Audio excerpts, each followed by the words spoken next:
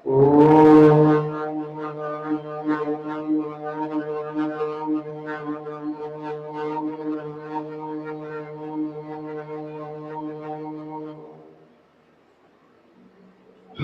पार्वती पतये हर हर महादेव चिच्चपेशा शिवचिदम्बरं नमः शिवकाम्ये जगदम्बिके தென்னாடுடைய சிவனே போற்றி எந்நாட்டவர்க்கும் இறைவா போற்றி தென்தில்லை மண்டுள் ஆடி போற்றி இன்றனக்கு ஆரமுது ஆராய் போற்றி. ஓம் சிவா. எல்லாம் வல்ல நம்பெருமான் ஸ்ரீ சிவகாம சுந்தரி சமேத ஸ்ரீமன் ஆனந்த நடராஜ ராஜமூர்த்தியினுடைய கிருபா கடாட்சத்தினாலே பெரும் திருவருள் துணை கொண்டு மாதந்தோறும் திருவாதிரை நம்பெருமான் நடராஜரை பற்றியும் நம்பெருமான் ஸ்ரீ ஆனந்த நடராஜராஜமூர்த்தியும் அவருடைய அடியார்கள் அல்லாதவர்களுடைய பெருமையை பேசக்கூடிய ஒரு வைபவ நிகழ்ச்சியாக சித்திரை முதல் பங்குனி வரை சுவாமி நமக்கு பணித்திருக்கிறார். இதனை நான் இந்த மாதம் 9வது மாதமாக மார்கழி திருநாளிலே தனுர் மாதம் என்று சொல்லக்கூடிய மார்கழி மாத பிறப்பன்று மாத பிறப்பும் திருவாதிரையும் கூடிய சுபயோக சுபதினத்திலே சுவாமி நமக்கு இதை பணித்திருக்கிறார். இங்கு வந்திருக்கக்கூடிய அனைத்து ஆன்மீக ஆன்றோர் சான்றோர்கள் சிவனடியார்கள் அருளாளர்கள் பக்தர்கள் அனைவரையும் முதற்கண் இந்த ஸ்ரீ சிதம்பர சத்சங்கத்தின் சார்பாக வருக வருக வருக என அன்போடு வரவேற்கிறோம். சிவா, முதலாவதாக நம்முடைய அழைப்பை ஏற்று இங்கு வந்து இந்த தேவாலயத்தை பணித்த சைவத்திரு ஸ்ரீமான் பாலமுருகன் ஐயா அவர்கள். பாலமுருகன்கிறது இங்க நம்மளுடைய சிதம்பரத்தில் உள்ள தேவார பாடசாலை படிச்சு நம்ம குழந்தைலாம் வித்தியார்த்தி எல்லாம் சொல்ற முடியும். அதே மாதிரி தேவார வித்தியார்த்தி இங்க வந்து வித்திய தேவாரத்தை பயின்று இன்றைக்கு வந்து உலகெல்லாம் சுற்றிட்டு வரார். இப்போ பாலிலேருந்து வந்திருக்கார். அப்படிப்பட்ட சுவாமி வந்து நமக்கு அவருடைய ஸ்டூடெண்ட்ஸ் தான் மாசம் மாசம் வரா. போனதெல்லாம் வர முடியாத போச்சு. அதுக்கு வந்து நம் கூடிய இருக்கக்கூடிய இறைப்பணி ராகவனியா அவர்கள் ஏற்பாடு செஞ்சு அந்த ஒரு சிவனடியாருக்கு வந்தாங்க. இந்த தடவை யாரு அப்படின்னு நம்ம பண்ணும்போது நேற்று நைட்டு ஒரு 7:30 மணி அளவுல சுவாமி சன்னதியில அவருக்கு சுவாமி படிச்சார். கேட்டோம், உடனே ஒத்துண்டார், வந்திருக்கார். அவருக்கு நம்ம எல்லோருடைய சார்பாக ஒரு வாழ்த்தை தெரிவித்து இப்பொழுது அவருக்கு ஆசீர்வாத பிரசாதம் அனுப்பிக்கப்படுகிறது.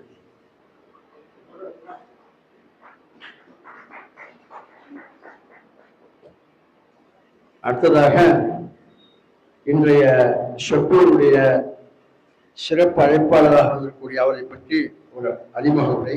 நமது அன்பிற்கும் மரியாதைக்கும் உரிய தருமை ஆதீன புலவர் உயர்திரு சிவதீபன் ஐயா அவர்கள் நமக்கு இன்னைக்கு சுவாமி படிச்சிருக்கார். இவர் எப்படின்னாக்க உடையாள் ஒன்றன் நடுவருக்கும் உடையாள் நடுவில் நீருத்தி அடியேன் நடுவில் இழுவையிலும் இழுப்பதானால் அடியேன் உன்னடியார் நடுவுக்கு அருளை புரியான்னு மாணிக்கவாதிகள் பேசுற சுவாமிகிட்ட கேட்கல. அப்படிப்பட்ட இந்த அடியார் கூட்டத்தோட ஒருத்தவராக புரிய நம்முடைய சிவதீபன் காதலாகி கசிந்து கண்ணீர் மலரக்கூடிய கோடான கோடி பக்தர்கள்ல சிவனடியார் சிவதீபன் ஒருத்தர்.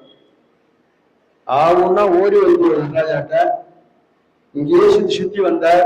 சுத்தி வந்தவங்கெல்லாம் சாமி வந்து பெரும் கருணை பண்ணி பேராளன் ஆக்கிடுவார். இப்படிப்பட்ட இப்ப தர்மயாதீனத்துக்கு போய் அந்த சுவாமிகளோட ஒரு தொடர்பு ஏற்பட்டு அவருடைய ஆட்சியில நம்பெருமான் நட்டாளியுடைய பெருங்கிருப்பையில இன்றைக்கு சைவ சித்தாந்த ஆசிரியராக வலம் வந்து கொண்டிருக்கிறார். அப்பேற்பட்ட நமது அன்பிற்குரிய சிவதீபன் அவர்கள் வந்து ஒரு டயத்துல இங்கேயே சுத்திட்டு இருக்கவர் கூட கூடிய கூட்டம்லாம் வரும். பைக்கில் வருவார். நிறைய நம்ம வந்து அவருக்கு இப்படி இருக்கணும் அப்படி இருக்கணும் சுவாமி என்ன சொன்ன உபதேசம் பண்ணிருக்கணும். அப்படி ஒரு சுவாமிகிட்ட ஒரு காதல்ல எப்படி வராதுன்னு தெரியாது.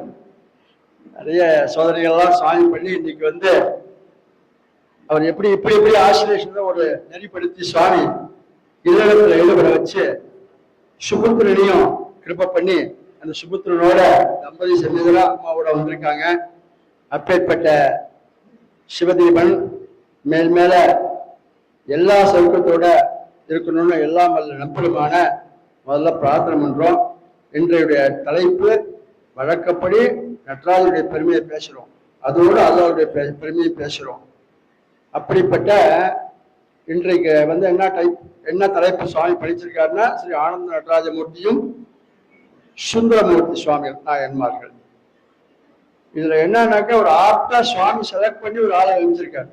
ஏன்னா அடியார் பெருமையை பேசுறதுக்கு ஒரு அடியார் வரணும் அப்படின்னு படிச்சிருக்கார். நம்பி ஆரூரர், திருநாவூரார், பன்தொண்டர் என்று பல்வேறு நாமதேயங்களிலே போட்டி வரக்கூடிய சுந்தரமூர்த்தி நாயன்மார்கள் வந்து சுவாமி வந்து அவருக்கு அதிக காதல் ஈடுபட்டவர். அப்படிப்பட்ட அந்த சுந்தரமூர்த்தி சுவாமிகள் வந்து எப்படிலாம் வந்தார், எப்படிலாம் சுவாமி திருவிழாடல் பண்ணார், திருத்தொண்டத்தை எப்படி வந்து செய்ய வச்சார் அப்படிங்கிறதெல்லாம் ஒரு பெரிய ஒரு பொக்கிஷம் நமக்கு. அதை பற்றி இப்ப நமக்கு சிவதீபன் அவர்கள் மூலமாக நாம் கேட்ப இருக்கோம். மேல மேல இந்த சத்சங்கத்துல நாம் எல்லாம் ஈடுபட்டு இந்த ஆன்மீகத்துல நாம் எதற்காக வந்தோம், அதனுடைய பயன் என்ன என்பதை விளக்கக்கூடிய நிறைய இன்ஃபர்மேஷன் கிடைக்கக்கூடிய ஒரு இடம் தான் சத்சங்கம். அதனால இப்படிப்பட்ட சத்சங்கத்துக்கு வர்றதே நமக்கு ஒரு பாக்கியம். அதுல இங்க வந்து நம்ம 1 மணி நேரம் ஸ்பெண்ட் பண்றோம்னா நம்ம இங்க ஒரு தியாகம் சொல்லக்கூடிய ஒரு தபஸ் பண்றோம். இந்த தபஸுக்கு ஒரு பலன் சுவாமி கொடுப்பார். அப்படிப்பட்ட இந்த தபஸுக்கு சுவாமி மேல மேல வச்சு எல்லாருக்கும் கிருபை பண்ணணும், எல்லாரும் சந்தோஷமா இருக்கணும் அப்படின்னு தனுர் மாதத்துல எல்லாம் வல்ல நம்பெருமானை ஸ்ரீ சிவகாம சுந்தரி சமேத ஆனந்த நடராஜராஜமூர்த்தியை பிரார்த்தித்து இப்பொழுது அவருக்கு சிறப்பு செய்யப்படுகிறது. ஆசீர்வாதத்தில் ஓம் சிவா திருச்சிற்றம்பலம். அவருடைய பேரண்ட்ஸ் எல்லாம் இங்க வர கூப்பிடுறோம்.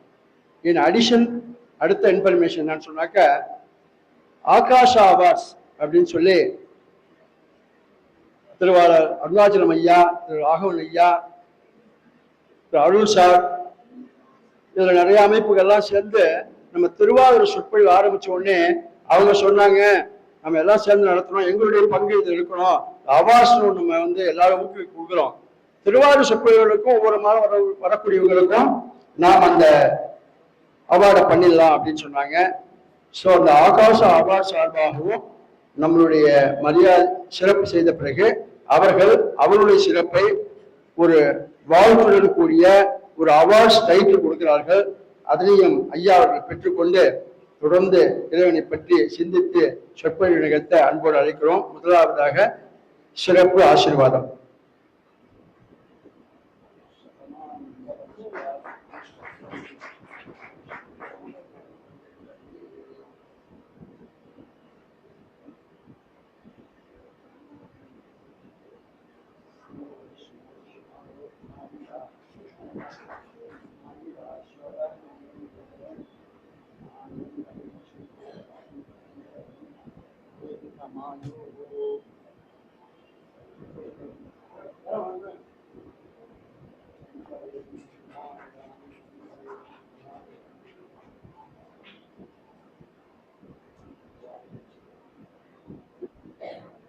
அடுத்ததாக ஆகாஷ் அவார்ட்ஸுடைய அமைப்பாளர்களை இங்கு அன்போடு அழைக்கிறோம்.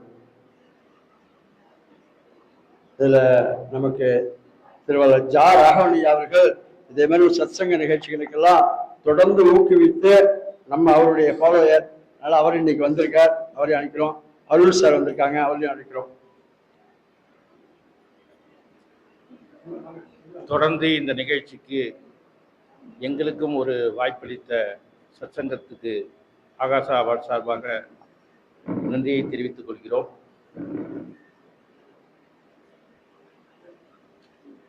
திருச்சிற்றம்பலம்.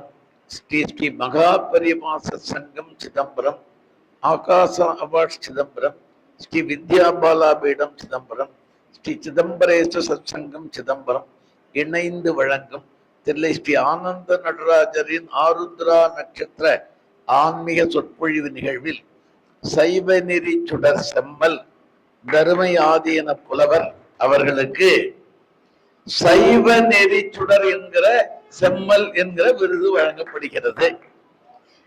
இன்றைய தினத்துல என்ன மகிழ்ச்சின்னா, சுடர் விளக்காயினும் ஒரு தூண்டுகோல் தேவைன்னு நம்முடைய பழமொழி. சிறப்பா பணிபுரிகிறவங்களை இன்னும் கொஞ்சம் ஒரு ஊக்குவிக்கும் விதமாக இந்த மாதிரி அவார்ட்ஸை வழங்குகிறோம். அவர்கள் மேலும் நலம் பல பெற்று புகழ் பல எய்தி இனிது நெடிது வாழ எல்லாம் வல்ல ஆனந்த நடராஜ பெருமானை பிரார்த்திக்கிறோம். நன்றி. திருச்சிற்றம்பலம்.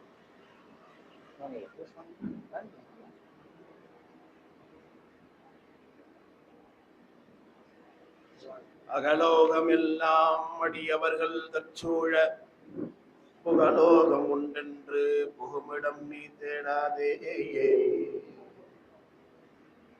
புகலோக புண்ணியங்கள் நன்னிய சீர் சிவலோகமாவதும் தில்லை சிற்றம்பலமே. சிவலோகமாவதும் தில்லை சிற்றம்பலமே. போற்றி நீல் தில்லைவாழ் அந்தணர் திறம் புகழலுற்றேன். நீற்றினால் நிறைந்த கோண நிறுத்தனுக்கு உரிய தொண்டாம் பேற்றினார் பெருமைக்கு எல்லையாயினார். பேணி வாழும் ஆற்றினார் பெருகும் அன்பா அடித்தவம் புரிந்து வாழ்வார். பெருமணத்தை சிதைவு செய்து வல்வழக்கிட்டு ஆட்கொண்ட அவனை கொண்டே இருமணத்தை கொண்டருளும் வல்லாளன் எல்லாம் உய பெருமணச்சீர் திருத்தொண்ட தொகை விரித்த பேரருளன் பெருமாள் என்றும் திருமணக்கோள பெருமாள் எமது குலதெய்வமாமா.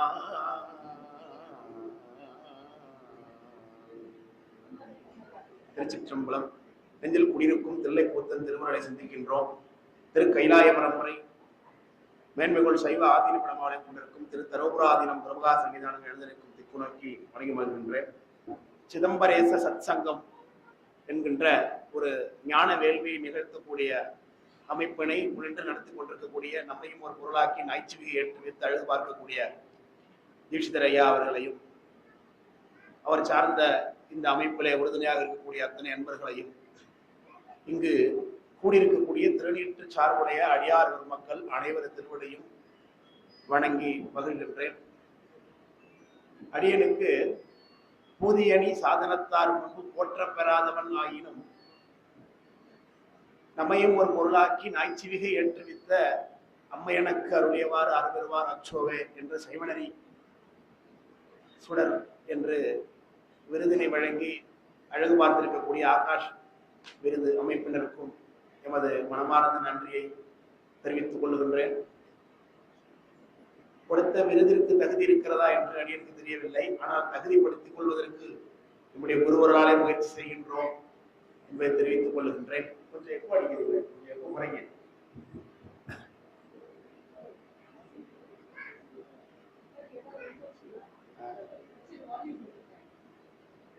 எப்போ அடிக்கிறது பேச அதிகமா இருந்தாலும் எனக்கு பேச முடியாது. சரி, அடியனுக்கு ஐயா சொன்னாங்க, அடியன் அறிமுகப்படுத்தும் பொழுது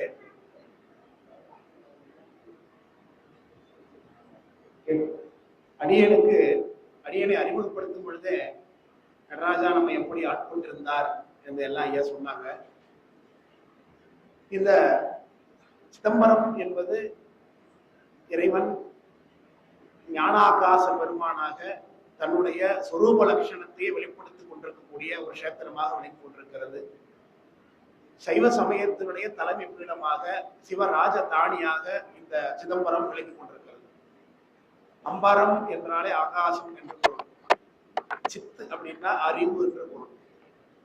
சித்து, சத்து, சேத்தனம், இது மூன்று சொற்களும் ஒரே பொருளை உடையது. சத் என்றால் நிலையானது என்று பொருள். சைவ சமயம் சிவாகமத்துல உலகத்துல அடிப்படை நித்திய பொருட்கள் 5 என்று சொல்கிறார். சிவபெருமான் நித்திய பொருள், உயிர்கள் நித்திய பொருள். உயிர்களுக்கு சிவபெருமானை தரிசிக்க முடியாத அளவுக்கு மறைத்து வைத்திருக்கக்கூடிய பாசம், அது நித்திய பொருள். பாசம் அணவும் கர்மம் ஆகிய என்று போகைப்படும். அதனால நித்திய பொருள் 5 என்று சைவ சமயம் சொல்லும். இந்த 5 பொருட்களும் நித்திய பொருள் தான், நிலையான பொருள் தான். எங்க வீட்டுல ஒரு குழந்தை பிறந்துச்சு. குழந்தை பிறந்து 4 வருடம் ஆகுது. அந்த குழந்தை பிறந்த அன்றைக்கு எங்க வீட்டுல ஒரு மாடு வாங்கினாங்க. அன்றைக்கு எங்க வீட்டுல ஒரு கட்டை கட்டினாங்க, ஒரு திண்ணை கட்டினாங்கன்னு வச்சுப்போம். இது 3மே ஒரே நாள்ல தான் உற்பத்தி ஆயிருக்கு அப்படின்னு வச்சுப்போம். ஆனா 3ம் சமம் இல்லை. பிறந்த குழந்தை அறிவுடையதாக, எல்லாவற்றையும் பகுத்தறிவிட வேண்டியதாக இருக்கு. இந்த பசு கட்டுப்பாடு உடையதாக இருக்கு. அங்க கட்டப்பட்ட திண்ணை எதுவுமே தெரியாத ஒரு பொருளா இருக்கு. 3மே ஒரே காலத்துல இருந்தாலும் கூட 3ம் சமம் அல்ல. அதனால இந்த 5 பொருள் எது நிலையான பொருள் என்று பார்க்கும் பொழுது, சிவபெருமான் ஒருவரே சத்து பொருள், அவர் ஒருவரே சித்து பொருள், அவர் ஒருவரே சேதனம் என்பதைத்தான் சைவ சமயம் சொல்லுகிறது. அதனால சத்தை பற்றி விவாதிக்கக்கூடிய சங்கம், அதனாலதான் இந்த சத்து சங்கம் என்று சொல்றாரு. சத்தை பற்றி விசாரித்து அறியத்தக்க மார்க்கம், அதனாலதான் சத்மார்க்கம் சன்மார்க்கம் என்று சொல்கிறார்கள். அதனால இந்த சத் சங்கத்திலே 8ம் 2ம் அறியாத நம்மையும், பட்டி மண்டபம் எற்றின எற்றின என்று பாடியது போல நம்மையும் ஒரு பொருளாக்கி இங்கு ஆனந்த நடராஜரும் சுந்தரமூர்த்தி சுவாமிகளும் என்பதாக ஒரு தலைப்புனை கொடுத்து அம்பலமேற்றி அழகு பார்த்திருக்கிறார்கள். நம்முடைய சிதம்பரம் என்பது சைவ சமயத்தினுடைய தலைமையகம் என்று சொல்லியிருக்கிறோம். சைவ சமயத்தினுடைய தலைமை கடவுளாகிய சிவபெருமான், அவரை அடைவதற்குரிய வழி 4 என்று சொல்லுகிறது சைவ சமயம். அது சரியை, கிரியை, யோகம், ஞானம் என்று சொல்வார்கள். இது 4 வழிகளுமே இறைவனத்தை சென்றுதான் அடைய வேண்டும். ஆனா 4த்தையும் நாம கை கொள்ள வேண்டும். சரியையில மட்டும் நின்றுட முடியாது. சரியையில இருந்து கிரியைக்கு சென்று, கிரியையில் இருந்து யோகத்திற்கு சென்று, பிறகு ஞானத்துள் ஞானத்தை அடைய வேண்டும் என்று சொல்லுகிறது. அதனாலதான் 4 பதத்துக்கு ஏற்ப 4 ஆச்சாரிய மூர்த்திகளை நமக்கு சைவ சமயத்துல சுவாமி அருள் பண்ணிருக்கிறார். இதுல சைவ சமயம் மேதினி மேல் சமன் சாக்கியர் வழிமிகுந்து பூதி சாதனத்தவர் வழி குன்றி போயிருந்த சமயத்துல சீர்காழியில சிவபாத ஹிருதயர் தனக்கு ஒரு பிள்ளை வேண்டும், பரசமயம் நீராக்கும் புதல்வன் வேண்டும் என்று தோணியப்பட்ட விண்ணப்பித்துக் கொண்டார். பரசமயங்களை அழிக்க வேண்டிய ஒரு பிள்ளை வேண்டும் என்றுதான் பிரார்த்தனை பண்ணுகிறார். அதற்கு ஏற்பத்தான் ஞானசம்பந்த பெருமானாரை பரசமய கோளரி என்று பெருமானாரில் சேர்க்கிறார். அவர் சிதம்பரத்திற்கு தெற்கு திசையில் இருக்கக்கூடிய சீர்காழி என்கின்ற கஷேத்திரத்தை சேர்ந்தவர். அதனாலே அவர் தெற்கு வாயில் வழியாக சிதம்பரத்தை அடைகிறார் என்று பார்க்கிறோம். ஞானசம்பந்தர் முதல் சமயாச்சாரியராக எண்ணப்பட்டாலும் அவருக்கு ரொம்ப காலத்துக்கு முன்பாகவே அவதாரம் செய்தவர், வயதிலே மூர்த்தவர் என்பதனாலே முதலாச்சாரியராக கொள்ளுகிறார் அப்பர் சுவாமி. அதனாலே அவர் முதல் நிலையிலே வைத்து எண்ணுகின்றோம். சரியை தலைவராக அப்பர் சுவாமியை சொல்லுகின்றோம். நிலைபெறுமாறு என்பதிய நெஞ்சே நீவா நித்தலும் எப்பிரானுடைய கோயில் புக்கு புலர்வதன் முன் அழகிட்டு வெழுக்குமிட்டு உமாலை புனந்தேத்தி அலைமுரல் சேர் செஞ்சடையும் ஆதி என்றும் ஆரூரா ஆரூரா என்று அலரானில்லை தலையார முன்விட்டு கூத்துமாடி என்று சொன்னார். இதெல்லாம் சரியையில வருகிறது. இந்த சரியை தொண்டிற்கு தலைவராக அப்பர் சுவாமியை காட்டுகிறார். இது 2ம் தான் கோயில நெறிப்படுத்தக்கூடிய நெறி. இப்ப நாம சுவாமி வழிபாடு பண்றோம்னா அந்த வேதத்துக்கு 2 பகுதி சொல்லுவாங்க, கர்ம காண்டம் ஞான காண்டம்னு சொல்லுவாங்க. கர்மம் ஞானம் 2ம் காலாக கொண்டு பெறுவது முக்தி அப்படின்னு சிவஞான சித்தியார் சொல்லுகிறது. சிவஞான சித்தியார்ல பரபட்சத்துல மீமாம்சகம் என்று சொல்லக்கூடிய மீமாம்சகம் பகுதியில கடவுள் இல்லை, ஆனா வைதிகத்தினுடைய கிரியை மட்டும் பின்பற்றலாம் என்று சொல்லக்கூடிய அவங்கதான் தாருகாவன முனிவர்கள் தான். அதனாலதான் சுவாமி பிக்ஷானந்த மூர்த்தியா போய் அவர்களை திருத்துறார். அப்போ கிரியை மட்டுமே பலன் தந்திடாது, அதுக்குள்ள ஞான விஷயம் இருக்கணும். அதைத்தான் வேதம் சொல்லுகிறது. அதன் அடிப்படையில ஆனா கோயில்ல பாத்தீங்கன்னா ஞான விஷயங்கள் வெளிப்பட்டு தோன்றாது, அது கிரியாபூர்வமாகத்தான் இருக்கும். ஞான விஷயங்கள் உட்பொருளாக இருக்கும். அதனாலதான் கோயிலுக்குள்ளே சென்று கிரியாபூர்வமாக வழிபாடு செய்துவிட்டு ஞான விஷயங்களை இப்படி சத்சங்கமாக விவாதிக்க வேண்டும் என்று சொல்கிறார்கள். சிவஞான சித்தியார்ல ஞான நூல்தனை ஓதல், ஓதுவித்தல், நற்பொருளை கேட்டல், ஈனமிலா பொருளதனை சிந்தித்தல், தான் கேட்டல், கேட்பித்தல், ஐந்தும் எழில் ஞான பூசை, இறைவன் அடி அடைவிக்கும் எழில் ஞான பூசைங்கிறார். இப்ப நடராஜாவுக்கு உள்ள பூஜை ஆகுதுன்னா அதுவும் கிரியா சம்பந்தமான பூஜை. இங்க நடப்பது ஞான சம்பந்தமான பூஜை என்று சிவஞான சித்தியா சொல்லுகிறது. இது எழில் ஞான பூசைன்னா இன்னும் சொல்ல போனா கிரியை விட ஞானத்துக்கு இன்னும் அதிகமான மகிமை உண்டு, விஷய ஞானத்துக்கு அதிகமான மகிமை உண்டு. இதனால இது நான்கையுமே நாம் தெரிந்து கொள்ள வேண்டும். ஆனாலும் மக்கள் எங்க அதிகமாக இருப்பாங்கன்னா, ஒரு சத்சங்கம் நடக்குதுன்னா அங்க விட ஒரு சாமிக்கு ஒரு பூஜை நடக்குதுன்னா அங்கதான் கூட்டம் அதிகமா இருக்கும். ருக்பாபிஷேகத்துல எங்கெல்லாம் பேச போடுவாங்கன்னா இது மாதிரி மேடை போட்டு பேசக்கூடிய இடத்துல ஒரு 10 பேர் உட்காந்துருப்பாங்க. யாகசாலைல பூர்ணாவதி ஆகிற இடத்துல ஒரு 500-1000 பேர் நின்றுட்டு இருப்பாங்க. சரி, ஏன்னா மக்களிடத்து எதற்கு மகிமை அதிகமாக ஈர்ப்புன்னா கிரியா சம்பந்தமான பூசைகள் தான் ஈர்ப்பு அதிகமா இருக்கும். ஏன்னா அங்கதான் கூட்டம் கூடும், கோயில் மீது ஈர்ப்பு வரும். அதனாலதான் சரியை கிரியை இது ரெண்டுத்துக்குமான தலைவர்களாக ஞான சம்பந்தரையும் அப்பர் சுவாமிகளையும் முதலிலேயே நமக்காக தெரிவிக்கிறார் சிவபெருமான். அவர்களை சமய ஸ்தாபகர்கள்னு சொல்லுவோம். சைவ சமயத்தை ஸ்தாபகம் பண்றாங்க. அவங்க 2 பேரும் இல்லைன்னா சைவ சமயம் இப்ப நமக்கு கிடைத்திருக்காது என்று சொல்லுவோம். இரண்டாவது,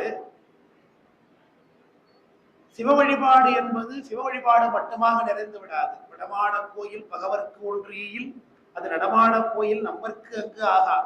நடமாட கோயில் நம்பர்க்கு ஒன்றியில் அது வடமாட கோயில் பகவர்க்குங்க அமையனார் திருமல தேவநாயனார். அதனால எவரேனும் தாமாக விளையாடத்திட்ட திருநீரும் சாதனமும் கண்டால் உள்கி புவராதே உகந்தடிமை திறமையை பேசி கவராதே தொழும் இவர்தேவர் அவர்தேவர் என்று இரண்டாட்டாது ஒழிந்து கவராதே தொழுமடியார் நெஞ்சின் உள்ள கன்றாப்பூர் நெடுதறியை காணலாமேன்னு அப்பசாமி தேவார். யாராவது திருவூர் பூசிருக்கிறாங்க, யாராவது ருத்ராட்ச தாரணம் பண்ணியிருக்கிறாங்கன்னா அவர்களை சிவபெருமானாகவே பார்க்கக்கூடிய பக்குவம், அதுதான் சிவபெருமானை வழிபாடு செய்வதில் பூர்த்தியாகும். வெறும் சிவ வழிபாடு என்பது பூர்த்தியாகாது. அடியாரிடத்தை ஜங்கமரிடத்தே சுவாமியை பார்க்கிற அந்த மனநிலையத்தான் சிவ வழிபாட்டினுடைய பூர்த்தி நிலை என்று சொல்லுகிறார்கள். இதனால தாபாரம் சங்கமம் என்று 2 ரூபனில் நின்று மாபரன் பூசை கொண்டு மண்ணுயிருக்கு அருளை வைக்கும் சிவஞான சித்தியார். தாபரலிங்கம் அப்படின்னா ஸ்தாபிச்சு வச்சிருக்கக்கூடிய மூர்த்தி. ஜங்கமலிங்கம்னா அடியார்கள் தான், திருநீர் ருத்ராட்சம் தெரிஞ்சிருக்கிறவங்க தான். சிவபெருமான் ஆகமத்துல சொல்றார், நாம் தாபரலிங்கங்களிலே பூசை கொள்ளும் நேரத்திலே மட்டும்தான் எழுந்தல் இருப்போம். ஆனா என்னுடைய அடியார்களாகிய விபூதி ருத்ராட்ச தாரணம் பண்ணி கொண்டிருக்கிறவர்கள்ட்ட சதா சர்வகாலமுமே எழுந்தல் இருக்கின்றோம் அப்படிங்கிறார். அதனால பூசிக்கத்தக்கவர்கள் அடியார்கள் அப்படிங்கிறத எடுத்து காட்டி சைவ சமயத்தை ஒரு பூர்ணத்துவமாக நம் கையில அளிப்பதற்காக அவதாரம் செய்தவர் தான் நம்முடைய சுந்தரமூர்த்தி சுவாமிகள். அவருடைய அவதார திருநோக்கமே அடியார் வழிபாட்டை எடுத்து காட்டுவதுதான். சிவ வழிபாட்டை எடுத்து காட்டுவதற்காக அவதாரம் செய்தவர்கள் நம்முடைய ஞானசம்பந்த பெருமானாரும் அப்பர் சுவாமிகளும். அடியார் வழிபாட்டை நிலைநாட்டுவதற்காக அவதாரம் செய்தவர் சுந்தரமூர்த்தி சுவாமி. சிவ வழிபாடும் அடியார் வழிபாடும் எதற்கு? ஞானத்தை அடைந்து ஞானமயமாக முக்தி அடைய வேண்டும், எங்கும் சிவபெருமானையே பார்க்கக்கூடிய நிலை அது வரணும். அதான் ஞானத்துள் ஞானம், திருப்படியற்ற நிலைன்னு சிவஸ்தானம் அதை பேசுவோம். ஞான ஞேய ஞாதல் இது 3ம் இல்லாம சிவபெருமான் மாத்திரமே இருக்கக்கூடிய ஒரு நிலை, அப்படிங்கிற ஒரு நிலையை அடைவது. அதைத்தான் மணிவாசர் பெருமான் காட்டுகிறார் நிறைவில். ஞானத்துள் ஞானத்தை செய்யக்கூடிய நிலைன்னு சொல்கிறார். எங்கும் சிவபெருமானை பார்க்கிற ஒரு நிலை, வேதம் இல்லாம எல்லா இடத்துலையும் பார்க்கக்கூடிய ஒரு நிலை அப்படிங்கிறதான் சொல்லுகிறார்கள். இது 4 நிலையில நமக்கு சுந்தரமூர்த்தி சுவாமிகளுடைய பெருமை, அவர் எப்படி தில்லை கஷேத்திரத்தினுடைய தொடர்பில் இருக்கிறார் என்பதாக பேசுவதற்காக நமக்கு தலைப்பு கொடுத்திருக்கிறார்கள். இப்போ சிதம்பரத்தை பொறுத்தளவுக்கு அப்பர் சுவாமிகள் சொல்றாங்க, உலகத்திலேயே மூத்த கஷேத்திரம் எது, முதல்ல உண்டான கஷேத்திரம் எது அப்படின்னு கேட்கும்போது திருவாரூர் தான் முதல்ல உண்டான கஷேத்திரம் என்ற ஒரு அபிப்பிராயம். அப்புறம் சாமி ஆனாலும் கூட கேட்கிறாங்க, மாடமோடு மாளிகைகள் மல்குதில்லை மனிதிகளும் அம்பலத்தே ஆடுவான் புக்கு மன்னி ஆடுவான் புக்கு புகுந்தனாலோ அதற்கு முன்னோ பின்னோன்னு கேட்கிறாங்க. நடராஜாவா நீ சிதம்பரத்துக்குள்ள ஆட வந்ததற்கு முதலோ அல்லது பிறகோ நீ திருவாரூர்ல கோயில் கொண்டாயின்னு கேட்கிறாங்க. இல்லையா, ஆடுவான் புக்கு புகுந்தனாலோ அணியாரும் கோயிலா கொண்ட நாளேன்னு கேட்டார் அப்பர் சுவாமி. அப்போ தில்லையை விட திருவாரூருக்கு ஒரு மகிமை இருப்பது போல தெரிகிறது. ஆனா திருவாரூர் சுவாமி அதை ஒத்துக்கொள்ளவில்லை. திருவாரூர் சுவாமி என்ன சொல்றார், தியாகராஜா சிதம்பரத்தை தான் பெருமைப்படுத்தி அவர் பாடுகின்றார். சாமியே பாடினாரா சார் அப்படின்னா, ஆமா சாமியே தான் பாடுறார். சுந்தரமூர்த்தி சுவாமிகள் பரவனாச்சியாரை திருமணம் செய்து கொண்டு தில்லையில திருவாரூர்ல எழுந்திருக்கக்கூடிய ஒரு காலகட்டத்திலே தேவாசிரியன் என்று ஒரு மண்டபம் இருக்கிறது திருவாரூர்ல. நீங்க திருவாரூர் போய் தியாகராஜாவை தரிசனம் பண்றீங்களோ இல்லையோ, கண்டிப்பா இந்த தேவாசிரியங்கிற மண்டபத்தை வணங்க வேண்டும். ஏன்னா அங்கத்தான் பரந்த ஆயிரம் பார்க்கடல் போல்வது. இந்த மண்டபத்துக்குள்ளே பல்வேறு அடியார்கள் எழுந்திருப்பாங்க. ஒவ்வொரு அடியார்களும் திடீர் காரணமா இருப்பாங்க. ஒவ்வொருத்தவங்களும் ஒரு பார்க்கடல் போல இருப்பாங்க. அதனால அந்த மண்டபமே எப்படி இருக்குதாமா, பரந்த ஆயிரம் பார்க்கடல் போல்வதுன்னா இந்த மண்டபத்தில். அதனால அந்த மண்டபத்துல தான் அடியார்கள் எழுந்திருக்கிறாங்க. அப்ப சுந்தரமூர்த்தி சுவாமி அவர்களை மனதான வணங்குகிறார். கொள்கையினால் நிறைவுடைய இவருக்கு ஆளாக பண்ணும் நாள் என்னாலோ அப்படின்னு கும்பிட்டுக்கிட்டே போயிட்டாரு இந்த சாமி பார்க்க. ஆனா அந்த கூட்டத்துக்குள்ள பிரன்மிண்டர் அப்படின்னு ஒரு நாயனார் இருக்கார். அவரு கோவம் வந்துருச்சு. என்ன யாரு இவர், அடியார்கள்லாம் கூட்டமா உட்கார்ந்துருக்காங்க, அவரை வழிபாடு பண்ணாம நேரம் உள்ள போயிட்டு இருக்காரு, யாரு வருன்னு கேட்டாங்க. பேசாதீங்க, அவர் வன் தொண்டர், தம்பிரான் தோழர், சிவருமான் தடுத்தாட்கொண்டு ஆட்கொள்ளப்பட்டவர் அவர். நம்மை உமக்கு தோழமையாக தந்தனம் இப்படி சிவபெருமான் வந்து அவரோட சேர்ந்துட்டார்.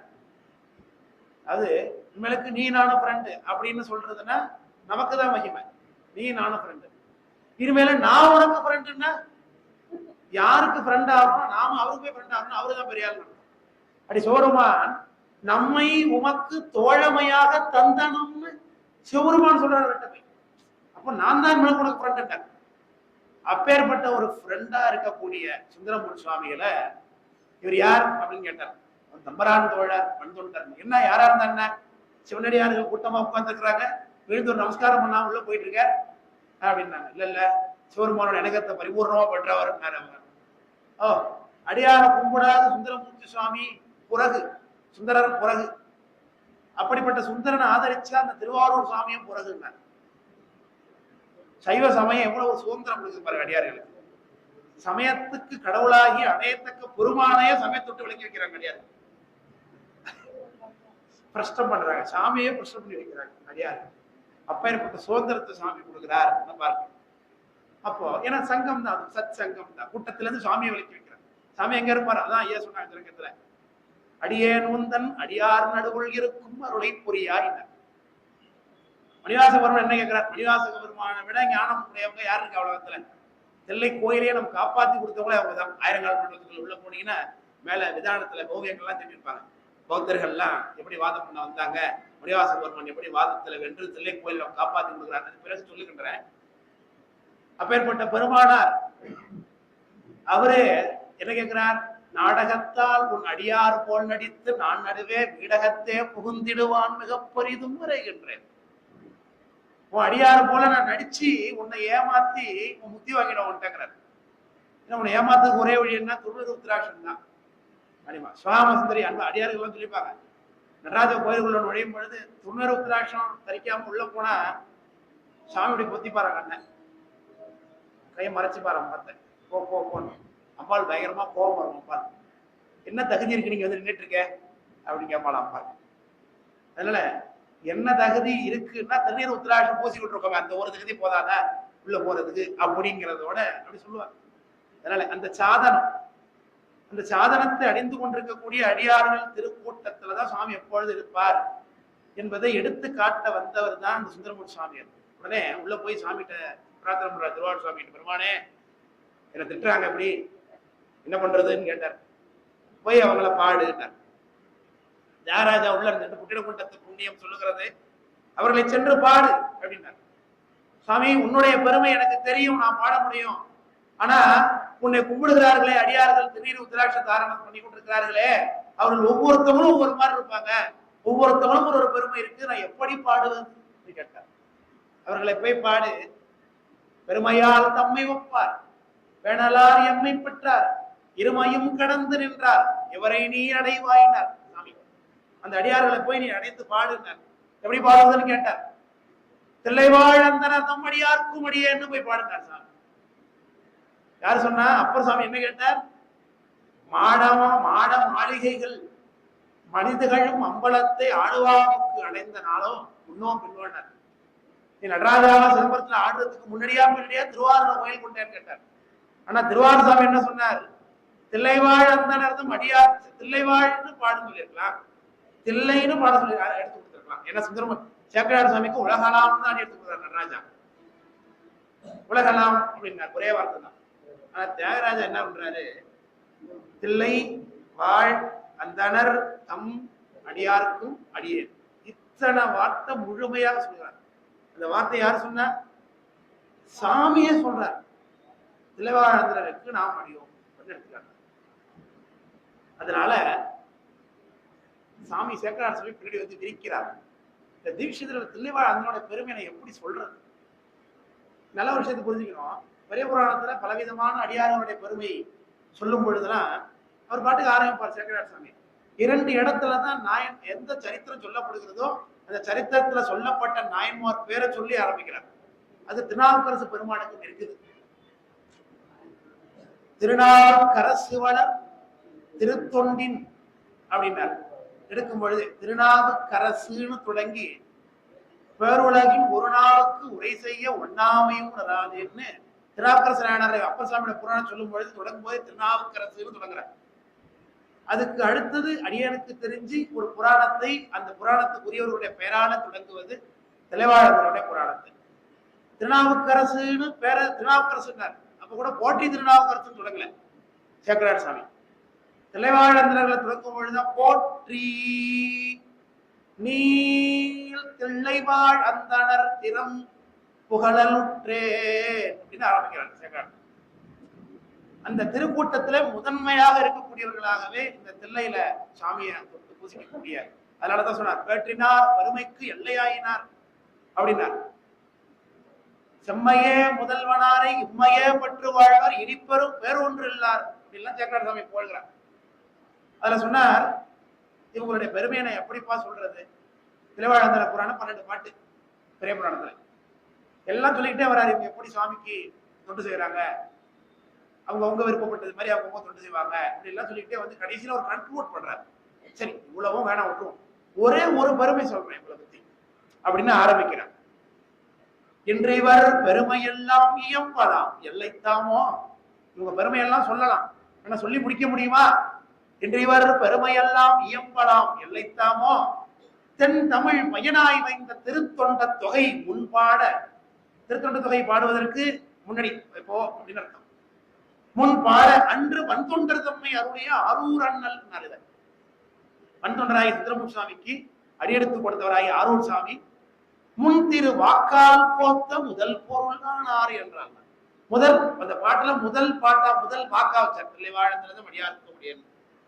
அப்போ எதுக்கு இந்த பாட்டு சொல்றேன்னா அதுல என்ன குறிப்பு கொடுக்குறார் சேக்கரார் சாமி? தென் தமிழ் பயனாய் வைந்த திருத்தொண்ட தொகையினர், அதுதான் இங்க பேச வேண்டிய பொருள்.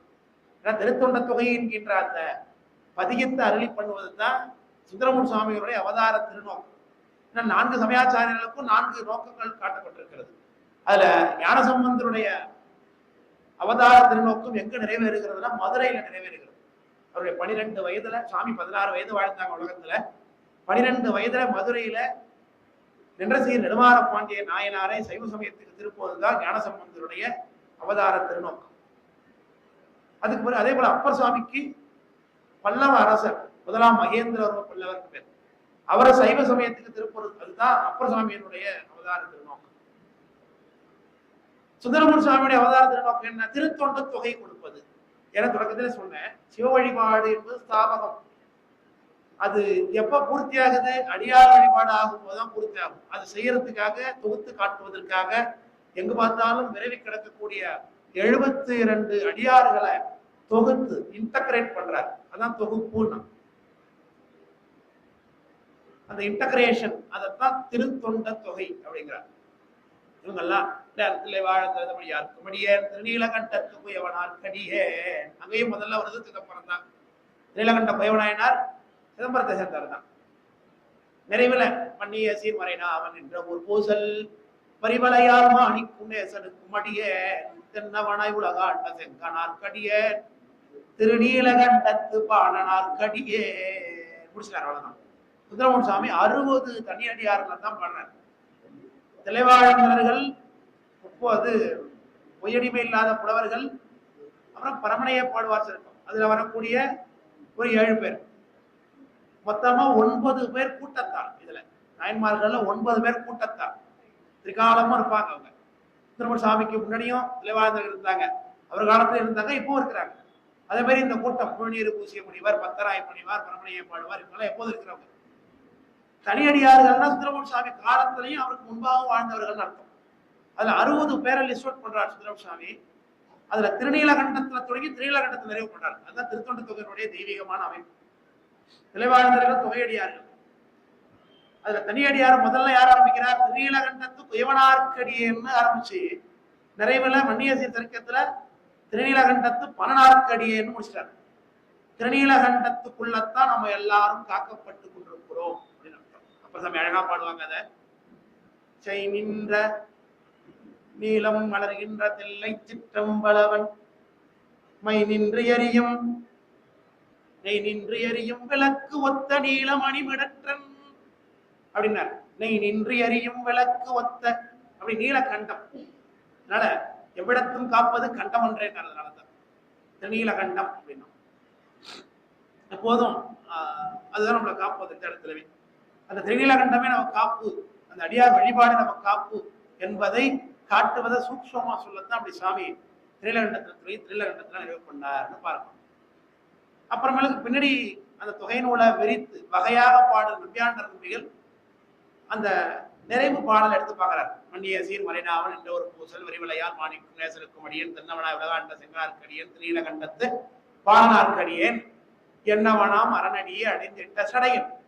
சுந்தரமூர்த்தி சாமியோட அப்பா பேர் இசைஞானி, அவங்க அம்மா பேர் இசைஞானி காதலன் திருநாவலூர் சுந்தரமூர்த்தி சாமி.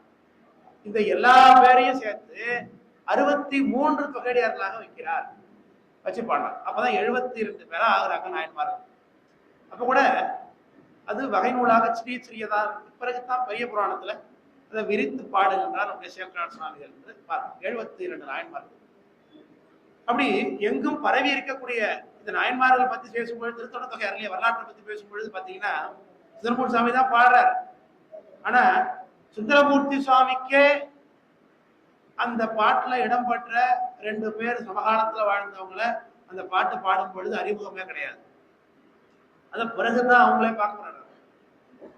ஏர்வான் கலிக்காமன் அடியாருக்கு முடியேன் அப்படின்னு பாடுறார். கரைற்றறிவார்ந்த அடியாருக்கு முடியேன் அப்படி சேரமான் பெருமானார சொல்றாரு. இந்த 2 பேரும் சுந்தரமூர்த்தி சுவாமிகள் காலத்துல சமகாலத்துல வாழ்ந்தவங்க. ஆனா திருத்தொண்ட தொகை பாடப்படும் போது சுந்தரமூர்த்தி சுவாமிக்கு அறிமுகமே கிடையாது, அவர் பார்த்ததே கிடையாது. அவங்க 2 பேரும் ஒருத்தவங்க வாழ்றாங்கன்னு அப்ப அவருக்கு தெரியாதுன்னா அவருக்கு உண்மை தெரியாது சார் அப்படின்னு அர்த்தம் இல்ல. அவர் எல்லாவற்றையும் அறிந்திருக்கக்கூடிய ஞானத்தை செய்யக்கூடிய பெருமான் தான் சிவன் முக்தர். ஆனாலும் பெருமான் அப்படி வச்சிருக்கார். பிறகுதான் 2 பேருக்குள்ள அறிமுகம் ஆகுது. அப்படி ஒரு தெய்வீக அமைப்பு அப்படியதாக அந்த திருத்தொண்ட தொகை அருளி செய்யப்பட்டிருக்கிறது. பெரிய புராணம்னு ஒன்று பின்னாடி வரணுங்கிறதுக்காகவே அப்படி பண்ணியிருக்கார் சுவாமி. அதனாலதான் எனதுரை தனதுரை அப்படிதான் ஞானம். அருளாளருடைய வாக்கு எல்லாமே என்னதுன்னா சுவாமி தான் ஒன்று பேசுகிறார் அப்படின்னு எடுத்துக்கொள்ள வேண்டியது அப்படின்னு. இப்போ இந்த சிதம்பரத்தினுடைய பெருமை, சுந்தரமூர்த்தி சாமி பத்தி நம்ம ஓரளவுக்கு இப்போ தெரிஞ்சு வச்சிருக்கோம். அவர் எதற்கு வந்தார், ஏன் வந்தார் அப்படிலாம் பார்த்தாச்சு. இப்போ சிதம்பரத்தினுடைய பெருமை என்ன? உலகத்துல எத்தனையோ சாஸ்திரங்கள் இருக்குது, எல்லா இடத்துலயும் சிவருமான் தான் எழுந்திருக்கிறார். அது நடராஜானா ஏன் இவ்வளவு ஒரு விசேஷம்? இந்த மூலஸ்தானத்துக்கு ஏன் பேர் கொண்ட ஒரு பெருமை இருக்குது? இந்த மூலஸ்தானம் எல்லா கோயிலையும் பாத்தீங்கன்னா மாலாலயம் உண்டு, நடராஜ சபைக்கு மட்டும் மாலாலயமே கிடையாது. ஏன்னா எப்போதும் நித்தியமா அவர் எங்க எழுந்திருக்காரு, எப்போதுமே எழுந்திருக்கிறார். சித்தாகாசம் சித்தம்பலம் அப்படிங்கிறோம். சித்தனா அறிவு ஏற்கனவே சொல்லியிருக்கேன். இந்த ஆகாசம்னா என்ன அப்படிங்கிறத பத்தி பேசும் பொழுது சிவபெருமான் பரசிவம் என்கிற நிலையில இருக்கார் அப்படின்னு ஆகமம் சொல்லும். வேதம் பிரம்மம்னு சொல்லும். கடவுள் ஒருத்தர் பிரம்மம் தத்பரம் அப்படின்னு வேதம் சொல்லும்.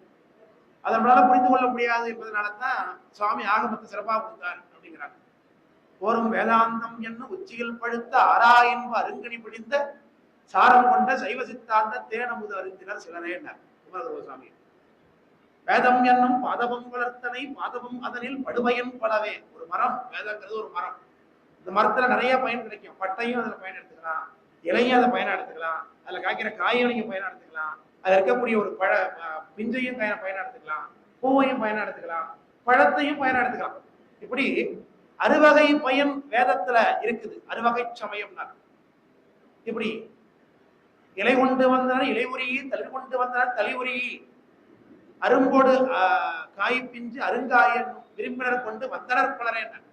அவ்வாறு இருக்கும் இவ்வாறு பயன். அறுவகை சமயத்தாரும் வேதத்தை தலையிட்டுக் கொண்டு வேதத்துல இதுதான் சொல்லப்பட்டிருக்கு அப்படின்னு வாதிடுகிறார்கள்.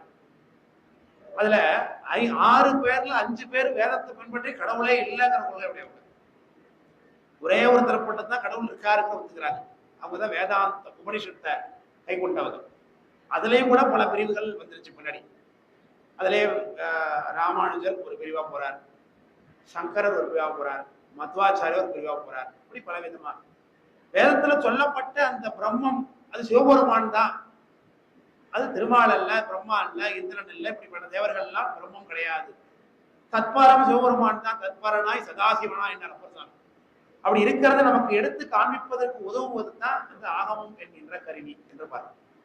அதனாலதான் ஆகமத்தினுடைய சாரமாக இருப்பது ஓரும் வேதாந்தம் என்னும் உச்சி. மரத்துடைய உச்சிக்கலை என்ன? வேதாந்தம். அந்த உச்சியில காய்த்திருக்கக்கூடிய ஒரு பழம், அதான் உபனிஷத். வேதாந்தம் என்னும் உச்சியில் பழுத்த ஆரா இன்ப அருங்கனின். அந்த அருங்கனிய நல்லா புழிஞ்சி சாரம் கொண்ட சைவ சித்தாந்த தேனமுது அப்படிங்கிற அது எக்ஸ்ட்ராக்டா எடுத்து வேதத்தினுடைய கருத்து என்னன்னா சிவபெருமான் தான் உலகத்து கருத்தா அப்படின்னு காட்டுறது தான் வேதத்தினுடைய பொருள் அப்படிங்கிறது தான் சொல்றாங்க. ஆனா அதை புரிந்து கொள்ளாதவர்கள் என்ன பண்றாங்க? யார் யாரோ தெய்வம் என்று நினைத்துக் கொண்டிருக்கிறார்கள். அப்போ சிவபெருமான் பரசிவமாக பிரம்மமாக அப்படியே இருக்கும் பொழுது நம்மளால அறிந்து கொள்ள முடியாது. உயிர்கள் பெருமானை அடைய வேண்டிய கட்டாயத்தில் இருக்குது. இப்போ ஒரு யாசகர் வராரு, ஒரு பிச்சைக்காரன் வராருன்னா நம்மள்ட்ட இறக்குறார், பொருள் வேணும் கொடுங்க ஐயா கேட்கிறார். நாம எங்க இருக்கோம்? நம்ம வீட்டு மொட்டை மாடியில் நின்று இருக்கோம், மேல இருந்து பாக்குறோம். இப்ப நம்ம என்ன செய்வோம்? அப்படியே நீங்க உள்ள அவங்க கேட்டு திறந்துட்டு படி வழியா மேலே ஏறி வாங்க போமா பிச்சைக்காரவங்கள அவங்க கொடுக்கணும்னு நினைச்சா என்ன பண்ணுவோம்? நாம மேலே இருந்து நாம தான் கீழே இறங்கி வந்து அவருக்கு ஈக்குவலா நின்று கொண்டு அந்த யாசகத்தை கொடுக்கும். சிவபெருமானும் அப்படித்தான். பரசிவமாக இருக்கும் பொழுது நம்மளால புரிந்து கொள்ள முடியாது என்பதனால பலவிதமான வடிவங்களை எடுத்துக்கொண்டு நமக்காக இறங்கி வருகிறார். இல்லைங்க, புரிஞ்சுங்களா? இதை தடஸ்தம்னு சொல்லுவோம். தடஸ்த லட்சணம் அப்படின்னு சொல்லி கொண்டாரு. சாமி வடிவம் எடுத்து வருவதை தடஸ்த லட்சணம் சொல்லுவோம். சாமி வடிவமே இல்லாத நிற்குண பரபிரம்மமாக சிதாகாச பெருவழியாக உருவம் அருவம் அருவுருவம் இந்த மூன்றுக்கு அப்பாற்பட்டவனாக கற்பனை கடந்த சோதியாக என கற்பனை பண்ண முடியாது. நமக்கு தெரிஞ்சதெல்லாம் என்ன? ஒண்ணு உருவமா இருக்கலாம், அப்படின்னா அருவமா இருக்கலாம், அல்லது அருவுருவம். இது மூணுத்தான் நம்மளால புரிந்து கொள்ளவே முடியும் நம்ம மைண்டுக்கு. அதுக்கு மேல ஒண்ணு இல்லைங்கிறத எப்படி புரிஞ்சுக்கிறது? வடிவம் இல்லை அப்படிங்கறத நம்மளால புரிந்து கொள்றதுக்காகத்தான் ஆகாசத்தையே உருவமா காட்டுறாங்க. ஏன்னா ஆகாசங்கிறது வடிவம் இல்லாதது. அது போல வடிவம் இல்லாதவர் சாமிங்கிறத புரிஞ்சுக்கிறதுக்காக தான் ஆகாசத்தை உருவமா காண்பிக்கிறாங்களே தவிர்த்து அவரும் உள்ளபடியே ஆகாசமும் கிடையாது. ஏன்னா ஆகாசங்கிறதே ஒரு வகை பூதம் தானே. அது மாயையுடைய காரியப்பாடுன்னு சொல்லுகிறார். சிவபெருமான் அருள் திருமேனி, அருள் வடிவமானவர். அதனால அவரை என்ன பண்ண முடியாது? மாயையிலிருந்து தோன்றிய ஆகாசமாக புரிஞ்சுக்கிறதுக்காக சொல்லாம தவிர்த்து அவர் அந்த ஆகாசமும் கிடையாது. அதனாலதான் சித்த ஆகாசம்னு வேறுபடுத்தி காட்டுறாங்க. சித்தனா அறிவு, அறிவுமயமான ஆகாசம் அப்படின்னாங்க. ஞானமயமான ஆகாசம். நாம இப்ப உட்கார்ந்துருக்கோமே, இது ஆகாசம் கூட தான் பூமி இருக்கு, பூமியில தான் நம்ம உட்கார்ந்துருக்கோம். இந்த ஆகாசம் பூதாகாசம். இந்த பூதாகாசம் சாமி கிடையாது. இது மாயையினுடைய ஒரு துளிதான். ஆனா நாம புரிஞ்சுக்கிறதுக்காக தான் ஆகாசம் ஒண்ணும் இல்லாதது, ஒரு ஸ்பேஸ். அது போல ஒண்ணுமில்லாத ஒரு பறவெளி அப்படிங்கிறத புரிஞ்சுக்கிறதுக்காக தான் ஆகாசம் உருவமா காட்டுறாங்க. இவ்வளவு பிரயத்தனம் பண்ற பத்தியில சொல்றதுக்கு. அதனாலதான் சாமி என்ன பண்றாரு? நாமளே இறங்கி போயிடுவோம் உயிர்களுக்கு ஏற்பன்னு படி எடுத்துக்கொண்டு படிநிலையில இறங்கி தத்துவ பேதங்களாக வருகிறார். அதுல நவந்தரு வேதம்னு சைவ சமயம் சொல்லுவாங்க. 9 வடிவங்களை பிரதானமாக காட்டும். அந்த 9 வடிவங்கள் அதைத்தான் நாம கடவுளர்களாக வழிபாடு பண்ணுகின்றோம். அதுல மாகேஸ்வரம் என்கின்ற தத்துவத்திலிருந்து தான் சுவாமியுடைய வடிவங்கள் தான் நமக்கு கிடைக்குது. அதுலதான் சோமாஸ்கந்தர், அரியந்தர், தட்சிணாமூர்த்தி, இன்னும் சொல்லப்போனா நடராஜா, இந்த வடிவங்கள் எல்லாமே நமக்கு மகேஸ்வர மூர்த்தத்துல தான் வருகிறது.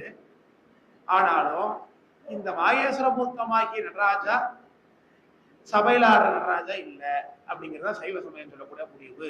அதை புரிந்து கொள்ள வேண்டும். ஏன்னா இந்த சைவ சமயத்தினுடைய அடிப்படை என்னன்னா, ஒரே கருத்தா அவர் ஒருத்தரே உலகத்தில் உள்ள எல்லாத்தையும் செஞ்சுக்கிட்டு இருக்கார் அப்படிங்கிறத காட்டுறது தான். ஆனா இப்ப முதலமைச்சர் இருக்காருன்னா முதலமைச்சர் தான் நாட்டை ஆட்சி பண்றாரு. ஆனா நம்ம பகுதி யார் ஆட்சி பண்றா? ஒரு தாசில்தார் தான் ஆட்சி பண்ணுவார். அதுக்கு கீழே ஒரு விஓ இருப்பார். மாவட்ட ஆட்சியர்னு ஒருத்தர் இருக்கார். ஆனா ஒட்டுமொத்தமா ஆட்சி யாரோட ஆட்சிக்கிறோம்? இன்னும் முதலமைச்சருடைய ஆட்சிக்கிறோம். ஆனாலும் அந்தந்த பகுதியை கண்ட்ரோல் பண்றதுக்காக என்ன பண்றாரு? முதலமைச்சரே தன்னுடைய அதிகாரிகளை கீழே நியமிச்சு வச்சிருக்காரு இல்லையா? இப்போ கலெக்டர், இப்போ முதலமைச்சர் நமக்கு ஒரு பணம் கொடுக்குறாரு, 10,000 ரூபாய் நமக்கு நிவாரணம் கொடுக்குறான்னு வச்சுக்கோம். அதை யாரும் நம்ம கொண்டு கொடுப்பாரு? ஒரு விஓ கொடுப்பாரு, ஒரு தாசார் கொடுப்பாரு. ஆனா நம்ம யார் கொடுத்தான்னு சொல்லுவோம்? சிஎம் ஒரு 10,000 பணம் கொடுத்தாருன்னு தான் சொல்லுவோம். புரியுதுங்களா? அப்போ அதிகாரிகளாக இருந்த நிலையத்தான் கீழே உள்ள நிலைகள்லாம். அதிகாரத்தை செய்யக்கூடியவர் பரசிவம், ஞான ஆகாசமாக இருக்கக்கூடிய நிலை. ஆனா அதை புரிந்து கொள்ள முடியாது. அதற்காக தான் வடி எடுத்து வராங்க. ஆனா இந்த வடிவம் மட்டுமே மெய் கிடையாது. இதையும் தாண்டி நீ மேல வந்தா நாமே பஞ்சகிருத்திய பரமானந்த தாண்டவம் ஆடிக்கொண்டிருக்கிறோம் அப்படிங்கிறத காட்டுறதுதான் நடராஜாவா சாமி இருக்கிறார் அப்படிங்கிறது தான் தோற்றிய திதி அப்படின்னு சொல்கிறார்.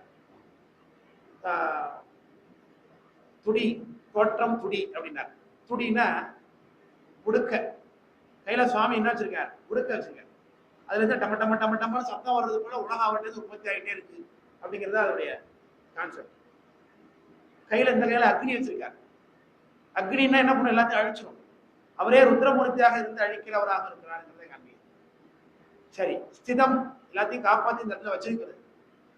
அதனால அமைப்பில் திதியினர், இந்த கையை அப்படி காமிக்கிறாலே அபேகஸ்தம், அதுதான் நான் தான் காப்பாத்தி கொண்டிருக்கிறேன் உங்களை அப்படின்னு.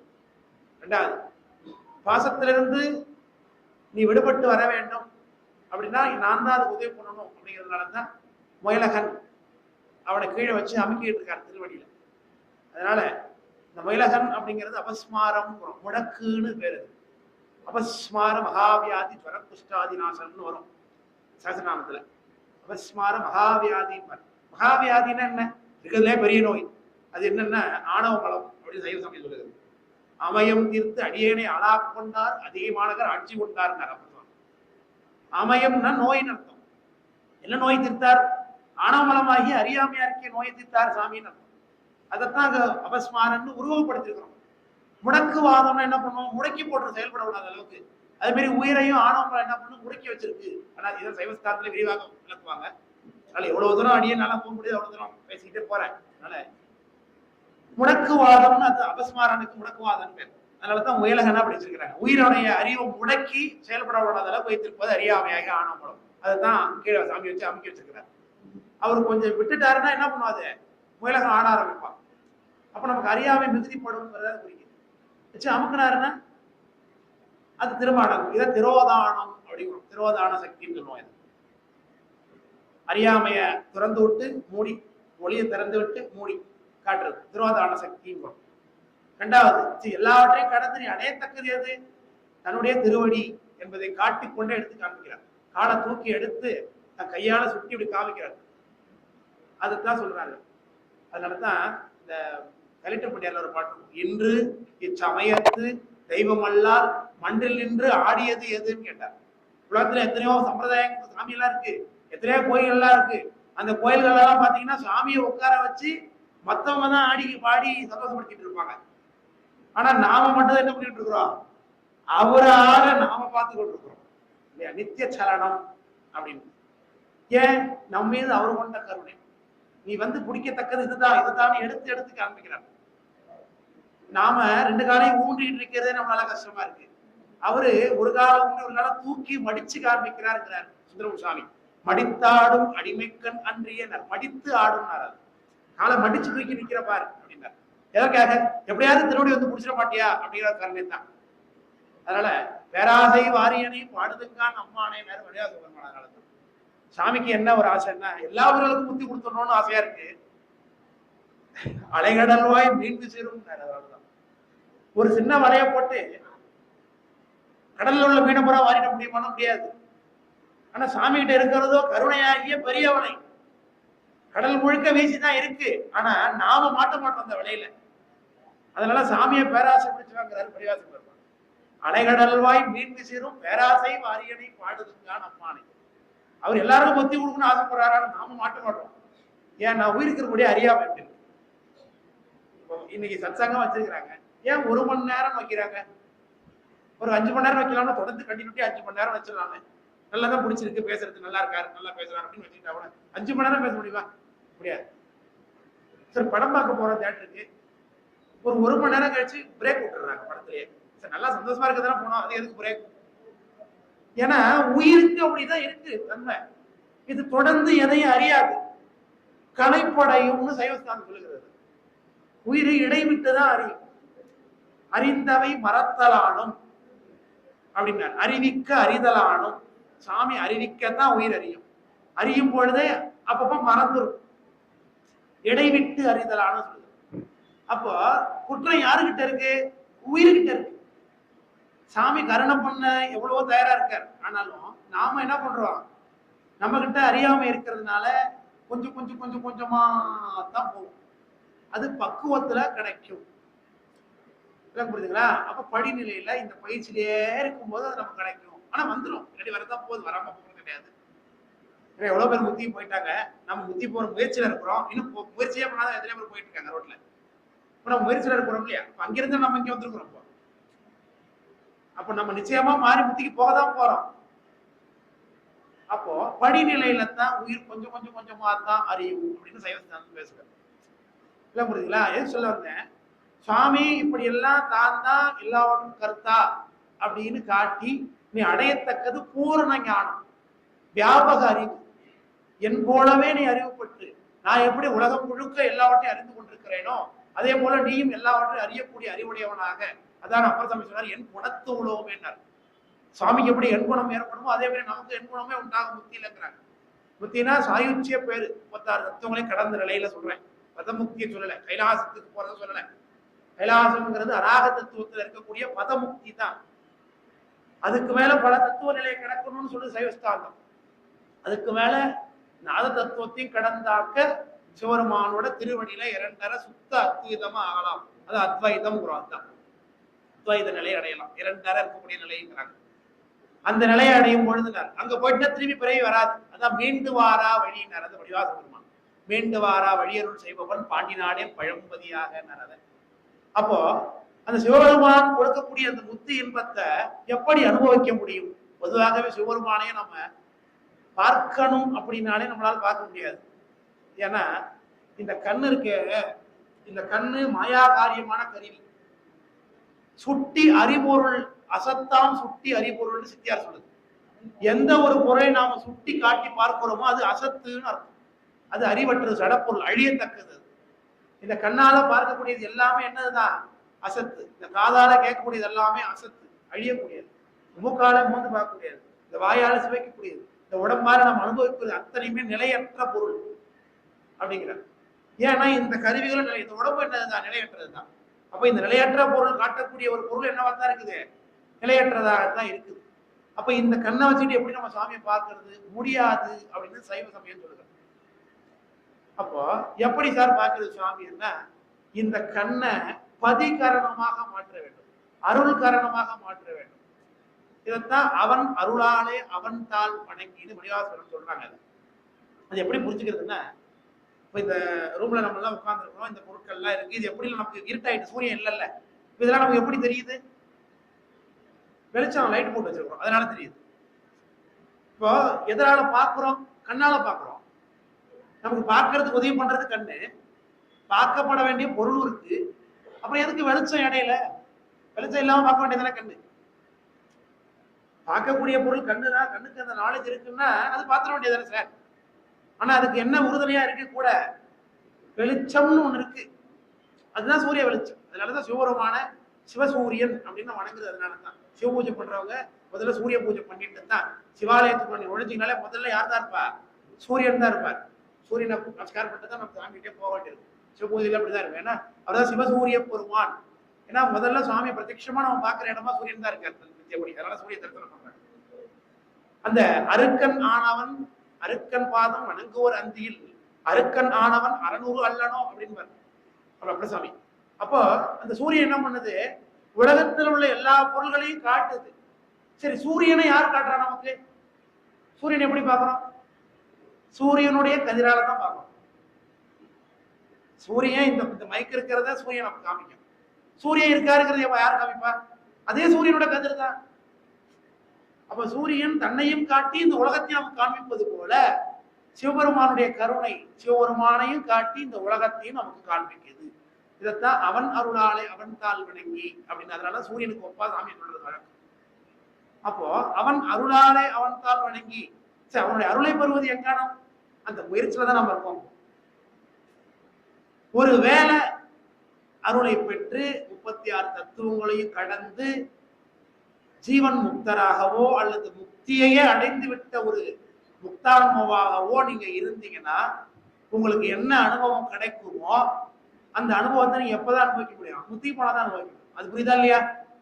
இப்ப சொன்ன வரைக்கும் அந்த கான்செப்ட் புரியும்னு நினைக்கிறேன். இப்பதான் நம்ம சிதம்பரத்துக்கு வர போறோம். சிதம்பரத்துல என்ன விசேஷம் அப்படின்னா, நடராஜா ஞானசம்பந்தர் சொல்றாரு. ஞானசம்பந்த பெருமானார் சிதம்பர தரிசனம் பண்ணும் பொழுது சேக்கிழார் சுவாமிகள் அந்த காட்சி சொல்றார். அம்பலத்துல வரார் ஞானசம்பந்த பெருமான். தெக்குவாசல் வழியா உள்ள வந்தார். மாளிகை விலங்கொண்டு வந்து 21ஆம் படி வழியா உள்ள போறார். அணுக்கன் திருவாயில் வழியா உள்ள போது சாமி தரிசனம் பண்ண போறார். சபை தெரியுது. கனக புதியதொரு கண்ணுட்டார்னார். கனக புது தங்கமயமாக ஜொலிக்கக்கூடிய அந்த அம்பலத்துக்கு நடுப்புற சாமி ஆடுறார். அங்க போய் சாமி பார்க்கிறார் ஞானசம்பந்தர். அத அண்ணலார் தமக்கு அளித்த மெய்ஞானமேயான அம்பலமும் அப்படின்னார்.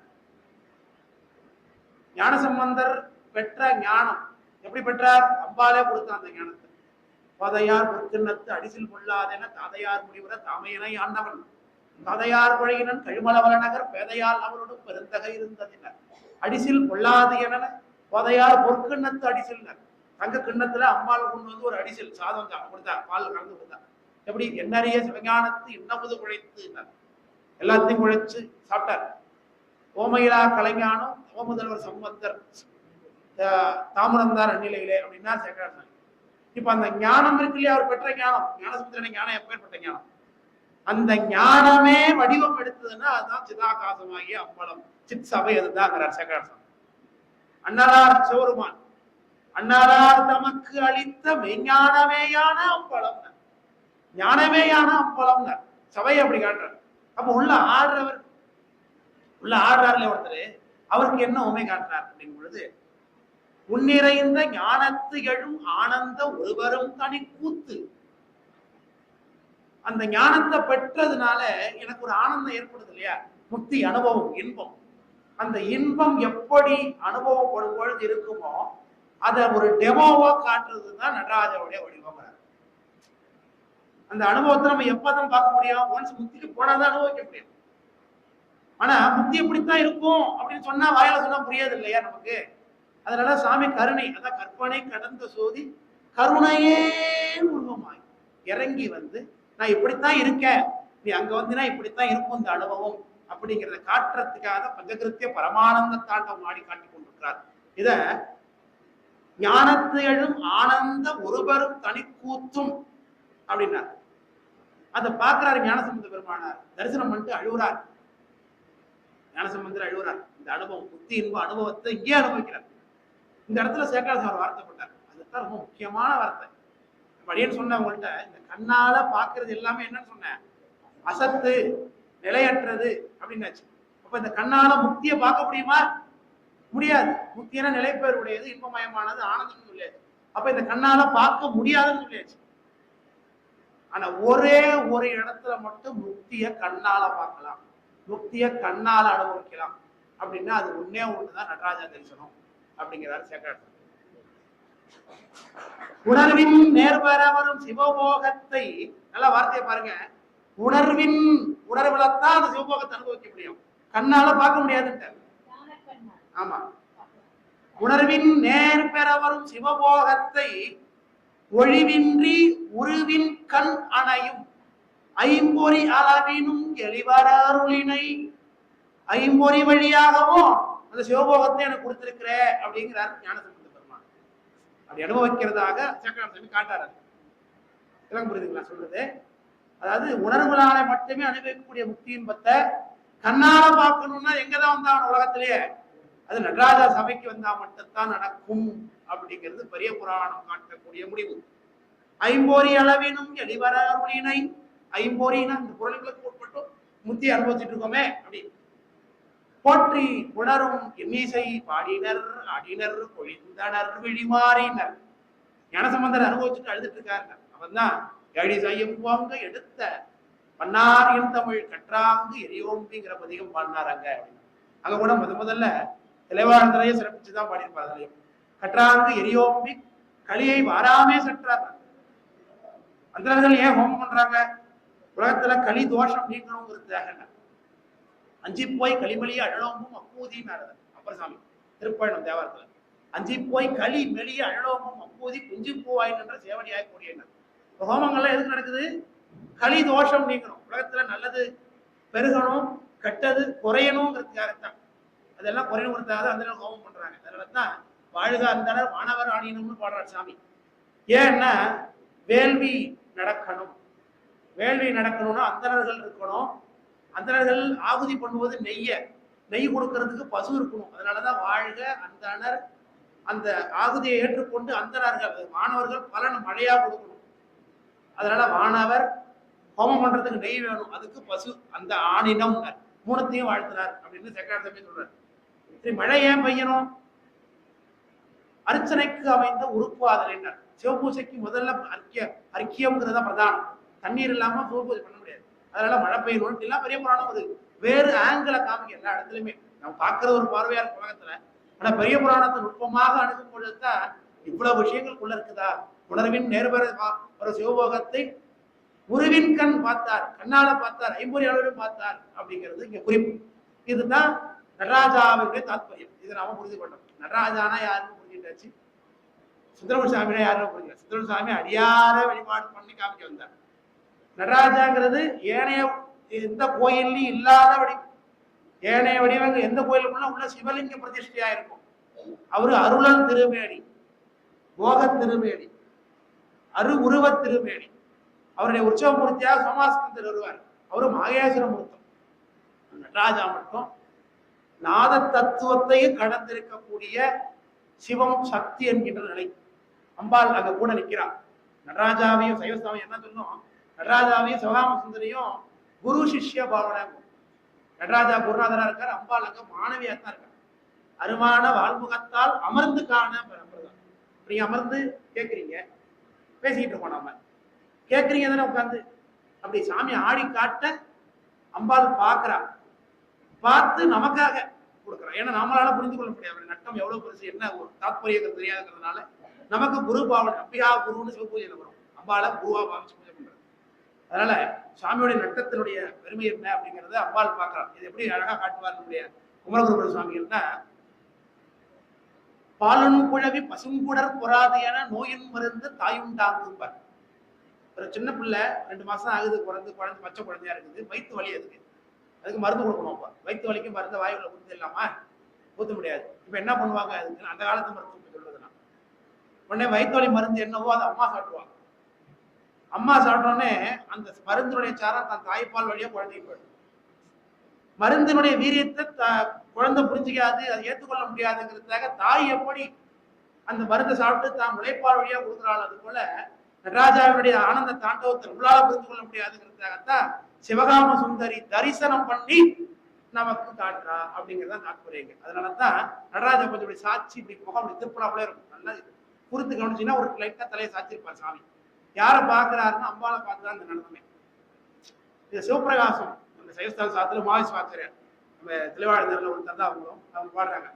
ஞாலத்து அறந்தைகட மணிமன்றுள் ஆடல் காணும் அன்னையருள் பாதமல சென்னி வைப்போங்க. சுகாமசுந்தரி துதியில ஞாலத்து அறந்தை கட, அறந்தைனா துன்பம், ஞாலம்னா உலகம், உலகத்துல உள்ளவருடைய துன்பத்தை தீர்த்து கொள்ள வேண்டும் என்பதற்காக இவன் டான்ஸ் பாக்குறாங்க, அம்பாள் டான்ஸ் பாக்குறா, சாமியை பாக்குறாங்க. ஞாலத்து அறந்தைகட மணிமன்றுள் ஆடல் காணும், ஆடல் காணும் அன்னையருள் பாதமலர் அன்னையினர். அப்போ அம்பாள் நமக்கு குரு ஸ்தானத்துல இருக்காரு, அம்பாளுக்கு சாமி குரு ஸ்தானத்துல இருக்காரு. இப்படி எந்த கருவறையிலையும் இல்லாத ஒரு அமைப்பு. சிவலிங்கம்னு இருந்துச்சுன்னு கேட்டீங்களா, சாமி அம்பாலும், சாமி அங்க ருத்ரபாகம், ஆவுடைய அம்பாள் பாகம். சாமி அபிஷேகம் பண்ணும்போது மேல முதல்ல பானத்துக்கு ஒரு அபிஷேகம், ஒரு சொம்பு தண்ணி ஊற்றணும், அப்புறம் ஆவுடையாருக்கு ஒரு சொம்பு அபிஷேகம் பண்ணுவாங்க. பானத்தை அஸ்திர மந்திரத்தினாலையும் ஆவுடையார பாசுத அஸ்திர மந்திரத்தினாலையும் அபிஷேகம் பண்ண ஆகணும்னு சொல்லுவாங்க. ஆனா இங்க நடராஜாவுடையும் கணவன் மனைவிங்கிற தற்புரியம், கணவன் மனைவி தான், ஆனால் இங்க என்னவா இருக்கு, உபதேச முகமாக இருக்கு அப்படிங்கிறத காண்பிக்கிறார். அதான் அருமான வான்முகத்தால் அமிர்துகான அமரகணம் இவனுக்கு ஆடுகின்ற பெருமானை அப்படின்னா. இந்த இந்த நடராஜாவை தரிசனம் பண்ண வரும் பொழுது எப்படி பார்க்கணும் அப்படிங்கிறத நமக்கு அப்பர் சாமி சொல்லி கொடுக்குறாரு. நடராஜா யாருன்னு தெரிஞ்சுக்கிட்டோம் நம்ம. அவர் உணர்வின் நேர்பரவரம் சிவமோகம். அப்ப முத்தியின் பத்தை இங்கேயே அனுபவிக்கலாமா? ஆமா, அனுபவிக்கலாம்னு கண்டுபிடிச்சிட்டோம். ஆனா நாம போனா தெரிய மாட்டுது. கொஞ்சம் தள்ளியில் இல்லைங்க, இடிக்காதீங்க கூட, அப்பதான் நின்றுட்டு சபையில போயிட்டு கையை தூக்காதீங்க கூட. தீட்சிதர்லாம் நின்றுட்டு இருக்காங்கன்னா இவங்களே மறைச்சு நின்றுட்டு இருக்கிறாங்க, என்ன பண்றது, நம்மளே எப்படி பாக்குறதுன்னு கேட்டுட்டு இருக்கோம். அங்க போய் நமக்கு சாமி சிந்தனையே ஏற்படும், மற்ற சிந்தனைகள் தான் உண்டாகி கொண்டிருக்கிறது. ஆனா சரியான முறையில நீங்க நடராஜ தரிசனம் பண்ணீங்கன்னா நடராஜா உங்கள்கிட்ட பேசுவாருங்கிறார் நம்ம சாமி. தாங்கிட்டையும் அப்படி பேசினாருங்கிறதை பதிவு பண்றாரு. இந்த பாட்டுல சொல்றாரு, ஒன்று இருந்து நினைமின்கள் உண்டமக்கு ஊனமில்லை, கன்றிய காலனை காலா கடிந்தான் அடியவர்க்கு சென்று தொழுமின்கள், தில்லையுள் திட்டம் வளர்த்து நட்டான் என்று வந்தாயனும் எவ்வெருமான் தன் திருக்குறிப்பே. நீ அங்க போய் இவங்க அடிக்கிறாங்க அவங்க அடிக்கிறாங்க அதெல்லாம் யோசிக்காத, அதெல்லாம் பார்க்காத. சாமி ஒண்ணு பார்த்துட்டு இருக்காரு, அது பத்தாதா அப்படிங்கிற. இது அப்புறம் சாமி அதே பதியத்துல சொல்வார், முக்கண்ணின் நோக்கும் ஒரு வழி பூங்கினார். நாம 2 கண்ணால சாமியை பார்த்துருக்கோம், சாமி எத்தனை கண்ணு? 3 கண்ணு. அவர் 3 கண்ணால நம்மளை பார்த்துட்டு இருக்காரு. நம்ம ஒரு காலத்தை அப்படி சிந்திக்கிறோமா? சாமி நம்மளை பார்த்துட்டு இருக்காரு நினைக்கிறோமா? இல்லையே. ஒன்று இருந்து நினைமின்கள், ஒன்று இருந்தது இந்த 5 புலன் இருக்கே, 5 பக்கமா போகும். கண்ணு ஒண்ணு விரும்பும், காது ஒண்ணு விரும்பும், மூக்கு ஒண்ணு விரும்பும், நல்லா வாசல் அடிக்குது, இது பார்த்துட்டு வரேங்க, நல்ல டேஸ்டா இருக்குங்க, ஒண்ணு பக்கமா போகுது. அதனால 5 களிறு தொண்டார் 5 களிரும் அடக்கினார் ஞானசம்பந்தர் திரு கேதார தேவாரம். அப்படி 5 யானைக்கு சமமா வச்சாங்க இந்த 5 புலன்களையும்.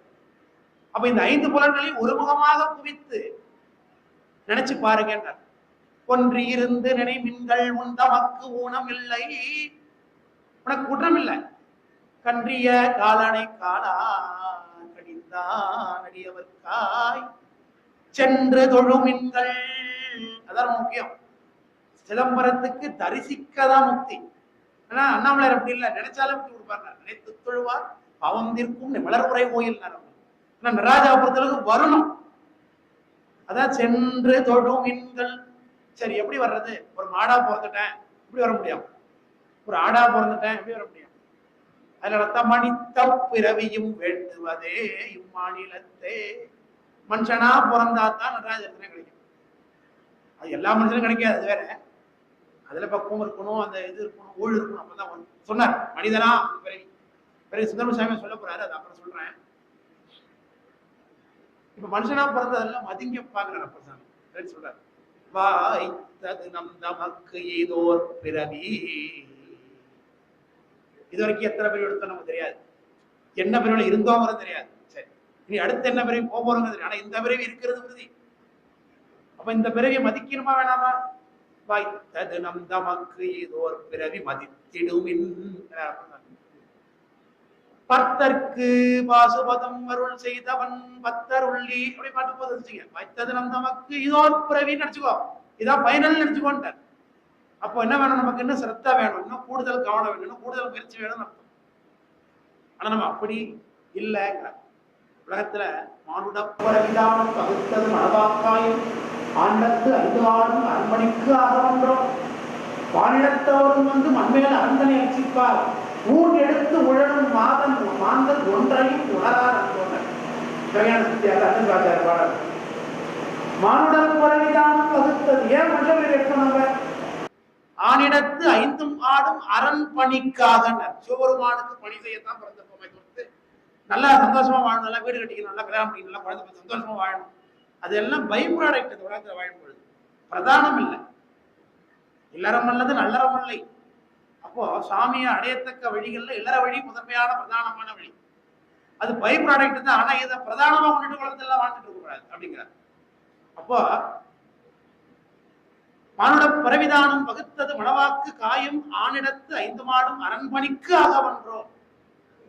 இப்போ திருமாலும் பிரம்மாவும் அதனால யோசிக்கிறாங்களாம், வருத்தப்படுறாங்களாம். நம்ம 2 பேரும் நான் பெருமாளா பிறந்துட்டேன், பெருமாளா இருக்கிறேன், நீ பிரம்மாவா இருக்க, நம்ம 2 பேரும் மனுஷனா பிறந்தலாவது போய் நடராஜா தரிசனம் பண்ணிருக்கலாம் அப்படின்னு பேசிக்கிறாங்க.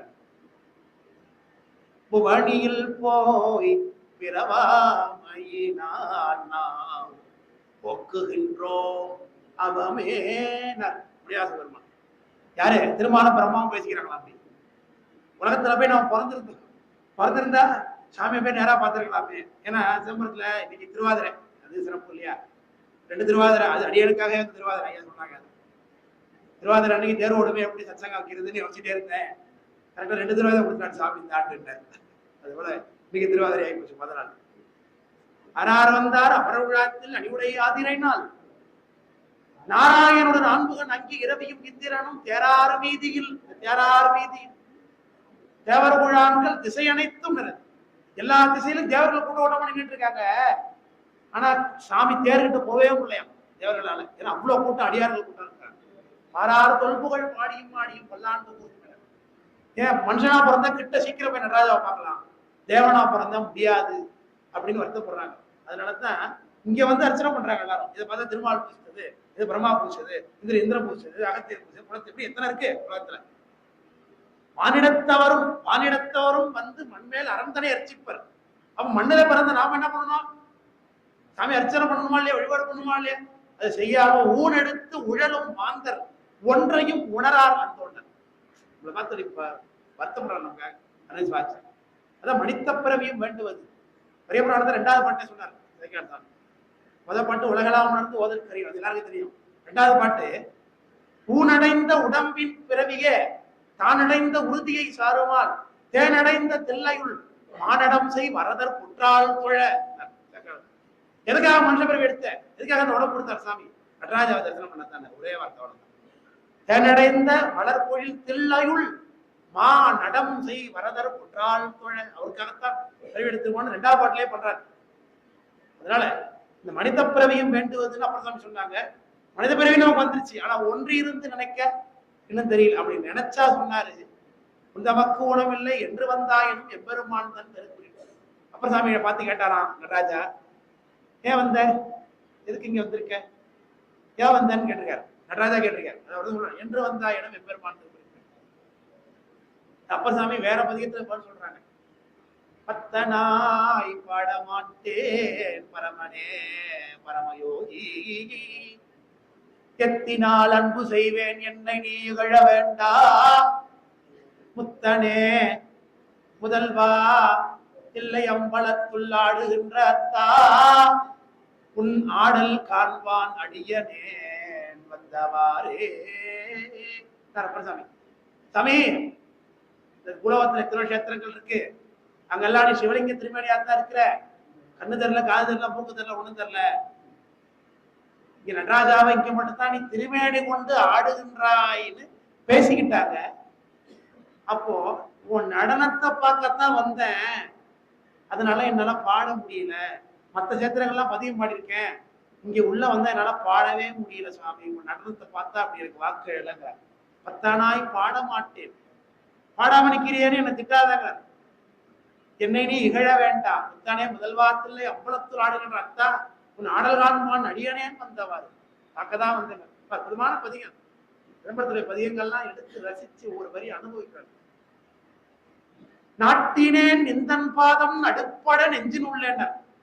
சாமியோட திருவடியும் மனசுக்குள்ள பந்தகால பேர் நட்டுக்கணுங்கிறார்.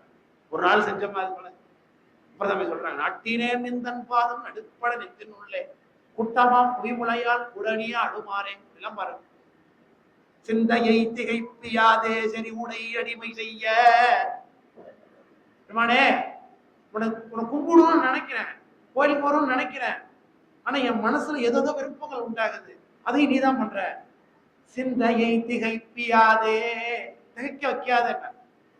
சரி உடை அடிமை செய்ய, எனக்கு அடிமை செய்யணும்னு ஆசையா இருக்கு, ஆனா செய்ய விடாம நீதான் பண்ற. அதையும் வேறு கவனங்கள் எந்தை நீ அருளி செய்யாது நான் செய்வதென்னே பெய்யாம நான் என்ன பண்ண முடியும்? இந்த மயக்கு வேறு வழியில செலுத்தாத. இதெல்லாம் பிரார்த்தனை வச்சிருக்காங்க சாமி. ராஜா எப்படி கும்பிடணும், இப்படித்தான் நம்ம கும்பிடணும். ஞான விஷயமா பல காலமா கிரியாபாதமா கும்பிட்டாச்சு. சிவார்த்தனம் பண்றாங்கன்னா அரகரனை கும்பிடுறோம், ரைட். ஆனா இந்த நாலேஜோட கும்பிட்டாதானே வரும். அதுக்கான சத்சங்கம் வச்சிருக்கிறாங்க. இதுதான் உள்ள இருக்குங்கிற உட்பொருள் அதுக்காக தானே வச்சிருக்கிறாங்க இல்லையா? அப்படி இப்படி அப்பர் சாமி வழிபாடு பண்ணி காமிச்சார். ரெண்டாவது சொன்ன அப்பர் சாமி பண்ண வழிபாடு மாதிரி யாருமே பண்ணல இங்க. அப்பர் சாமி சொல்றாங்க, நம்முடைய வினை கண்மாக்கள்லாம் போகணும்னா தில்லை வட்டம் திசை கைதொழ வினை வெள்ளை வட்டம் கடந்து ஓடுதல் உண்மை என்ன. தில்லைக்கு வந்து தரிசனம் பண்ணணும்னு சொன்னாங்க அப்பர் சாமி. இன்னொரு கொடுக்குறாங்க, சிதம்பரம் எங்க இருக்கோ அந்த திசையை பார்த்து கும்பிடுங்க போதுன்றார். சிதம்பரம் திசையை கும்பிட்டாலே உங்க வினையெல்லாம் கண்மா போட பெரியப்படும். இன்னொரு செக்ஷன் கொடுக்குறாரு, சிதம்பரம் வந்துட்டியா அட்லீஸ்ட் இந்த வீதிக்காவது வாங்க, உள்ள போய் சாமியை கும்பிட கூட கசிகள் விட்டு. இந்த வீதி இருக்க ரதம் ஓடுது, இந்த வீதி 4 வீதி. இந்த 4 வீதிக்கு என்ன தெரியுமா பேர் சொன்னார் சேக்கரார் சாமி? பொய் பிறவி பிணி ஓட்டும் திருவீதினார். திருவீதிக்கு என்ன பேர் சொன்னாரு? பொய் பிறவி பிணியோட்டும் திருவீதி. அந்த வீதிக்கு பேர் சொன்னார். பொய் பிறவி பிணியோட்டும் நடராஜா இல்ல, பொய் பிறவி பிணி ஓட்டும் சபை இல்ல, பொய் பிறவி பிணி ஓட்டும் திருவீதி. இந்த வீதிக்கு அப்படி பெருமை சொல்றாரு. இந்த வீதியில நம்ம எல்லாம்ப்பா செருப்போடு ஓடு நடக்கிறோம். இதான் நமக்கு அந்த மகிமை இருக்கு. அப்பர் சாமி என்ன பண்றாங்க, அதுல பொய்ப்பிறவி பிணியோட்டும் திருவீதி புரண்டு வளங்கொண்டார். இந்த வீதியில அப்பர் சாமி அகபிரதர்ஷனம் வந்தார். அப்ப எப்படி வழிபாடு செய்யணும், எப்படி கும்பிடணும், அந்த நடராஜா இந்த பெருமான கருணை பெருமானை எப்படி நம்ம கும்பிடணும், எப்படி எல்லாம் காட்டுறாங்க. இதுதான் ஒன்றி இருப்பதற்கான முயற்சி தான். இப்போ ஒன்றி இருந்து பார்த்தவர் யார்? அதுதான் நம்மளுடைய தலைப்பு. தலைப்புகள் நிறைவு கட்டத்துல விழுந்திருக்காங்க. சிதம்பரம் சாமி என்ன பண்ணார்? சாமியை பார்த்தார். அவருடைய தரிசனத்தை பத்தி தான் நம்ம இங்க பேச வேண்டும். ஆனந்த நடராஜாவும் சுந்தரமூர்த்தி அப்படிங்கிறதான் தலைப்பு. சுந்தரமூர்த்தி சாமிக்கு சாமி வந்து கல்யாணத்தை நிறுத்திவிட்டார். கல்யாண பந்தல்ல வந்தார் சாமி. வந்து வயசான குளத்துல வந்தாரு. நீ எனக்கு அடிமைனாரு. உலகில் அந்தனக்கு அடிமையாவது உலகத்துல வழக்கு உண்டா? பித்தனோ மறையோன்னு சுந்தரமூர்த்தி சாமி. பித்தன் பைத்தியகார பலாப்பம் இருக்கவன் என்ன அப்படின்னு சொல்லிட்டு இருக்கான். பித்தன்னாகிலும் பெயன்னாகிலும் வித்தகம் பேச வேண்டாம், பணி செய்ய வேண்டும் என்றார். வாய்ச்சோடல் பண்ணிட்டு இருக்காத, அது பண்ணிட்டு அது பண்ண சொல்ல, பணி செய், வளைந்து பணி செய். சாமிக்கு அதுதான் வேணும். துன்புறுவார் அல்ல தொண்டு செய்வார் என்ன. தொண்டுதான் மேல எழுப்பும், தொண்டுதான் சாமியோட அனுகிரகத்தை கொண்டு தரும். பணியுமாம் என்றும் பெருமை சிறுமை அணியுமாம் தன்னை வியந்திருக்கிறது. பணிவு இருக்கணும், தாழ்வனும் தன்மையோடும் சைவமாம் சமயம் சாரும் ஊழ் பரல் அறிந்துன்னு சித்தியார். பணிவு இருந்தாத்தான். நான் ஒரு பொருள் அல்ல. மணிவாச பெருமானே சொல்றார், யாவர்க்கும் கீழாம் அடியேன் அவர். உலகத்திலே நான் தான் எல்லாரோடையும் கடைசியில நான் தான் நிக்கிறேன் மணிவாசகரே சொல்றார். அப்ப நமக்கு என்ன ஒரு கருத்திருத்தம் இருக்கு, நமக்கு என்ன ஒரு பெருமை இருக்கு? நாம் ஒரு காரியம் செஞ்ச அந்த காரியத்தை நாம தான் செஞ்சேன்னு பண்ணிக்கிறதா பேசிக்கிறதா? எல்லாமே சாமிங்கிற புத்தி வரும். அதுதான் வித்தகம் பேச வேண்டாம், பணி செய்ய வேண்டும் அப்படின்னு நம்ம சாமி சொன்னார். சரி, கல்யாணத்தை நிறுத்திவிட்டாரா? சரி, நம்ம கல்யாணம் எல்லாம் கிடையாது போல் இருக்கு, அப்படியே துறவியா இருந்துட்டு அவர் நினைச்சுக்கிட்டார் சுந்தரமூர்த்தி சாமி. அங்கிருந்து புறப்பட்டு திருத்துறையூர் இருக்குல்ல, துறையூர் அரசிவாச்சாரியுடைய அவதார கஷேத்திரம். திருத்துறையூர் வந்து சாமியை பாடுறார். தலைவா, உன்னை வேண்டிக் கொள்வேன் தவநெறியே அப்படின்னார். எனக்கு தவம் பண்ணுவதற்கு ஆற்றல கொடுக்க பெருமானே, தான் கல்யாணத்துக்கு நான் சன்னியாசி இருக்க வேண்டிய தம்பல் இருக்கு, தவம் பண்றதுக்கு ஆற்றல கொடுங்க கேட்கிறார். தலைவா, உன்னை வேண்டிக் கொள்வேன் தவநெறியேன்னு. அங்க சரி, தவம்னா என்ன? தவம்னா என்னன்னா காட்டுல போய் இருக்கிறது, நல்ல புத்து எழுப்புற மாதிரி உட்காந்துக்கிறது, நல்ல திருநீரை பூசி கொண்டு நல்ல கதாபாரம் இருக்கிறது, இப்படித்தான் தவம் நம்ம இதனை காட்டப்படுது இல்லையா? அதெல்லாம் இல்லைங்கிறாங்க. காவி உடுத்தும் தாழ் சடை வைத்தும் காடுகள் புக்கும் தெரியாதே, இதெல்லாம் செய்யாத துறவியாட்கள் துக்கம் நீங்காத என தூங்கினாயே அரவன் ஆரூர் தொழுது உய்யலாம் மயில் கொண்டு அஞ்சல் நெஞ்சேன்னு ஞானசம்பந்தர் தேவார். துறவியா இருந்தா தான் தவமா அப்படி நினைக்காத. சாமி எந்த நிலையில இருந்தாலும் நினைக்கணும். எந்நிலையில் என்றாலும் எக்கோலம் கொண்டாலும் மன்னிய சீர் சங்கரத்தால் மறவாமை பொருள். இது பெரிய புராணம். நீ என்ன வேணாலும் பண்ணிக்க, எது வேணாலும் பெருமானை எப்பொழுது மனசுக்குள்ள மறக்க கூடாது அப்படின்னா.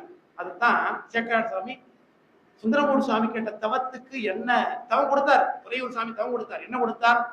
புலன் ஒன்றும் படி புரிந்த நெறி தவம். தவம்னா என்ன விளக்கம் சொல்லுது பெரிய புராணம்? தவம்னா சடை வச்சுக்கிறதோ உத்திராட்சம் தரித்து கொண்டு நல்ல காட்டுல போய் இருக்கிறதோ அப்படி இருந்தா இல்ல. இந்த 5 புலன்களையும் ஒன்றி பெருமான நினைக்க கத்துக்க ஆற்றல் இருக்கு பாருங்க, அந்த சாமர்த்தியம் இருக்கு பாருங்க, அதுதான் தவம். இப்ப தவம் உடையவர்கள் இல்லறத்தா இருந்தாலும் சரி துறவியா இருந்தாலும் சரிதான். இது இருந்தாலும் தவசீலர். இது இல்லைன்னா என்ன கிடையாது, அவங்க சும்மா வேடம் தான்.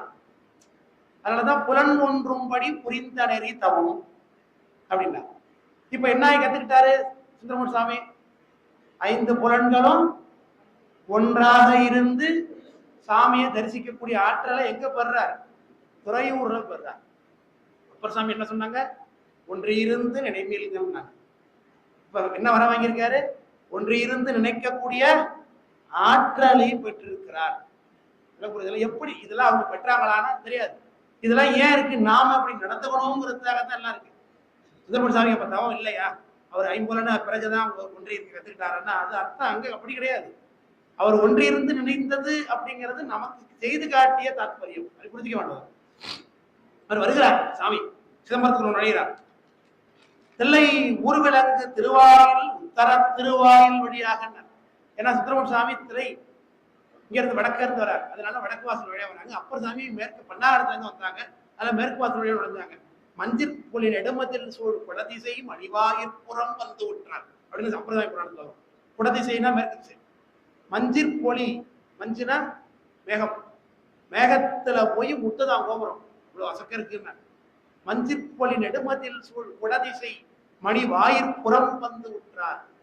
வேணிலை மாடம் கைதொழுது கனக பொது எதற்கன் உற்றார்னு அப்பசாமி புராணத்துல வரும்.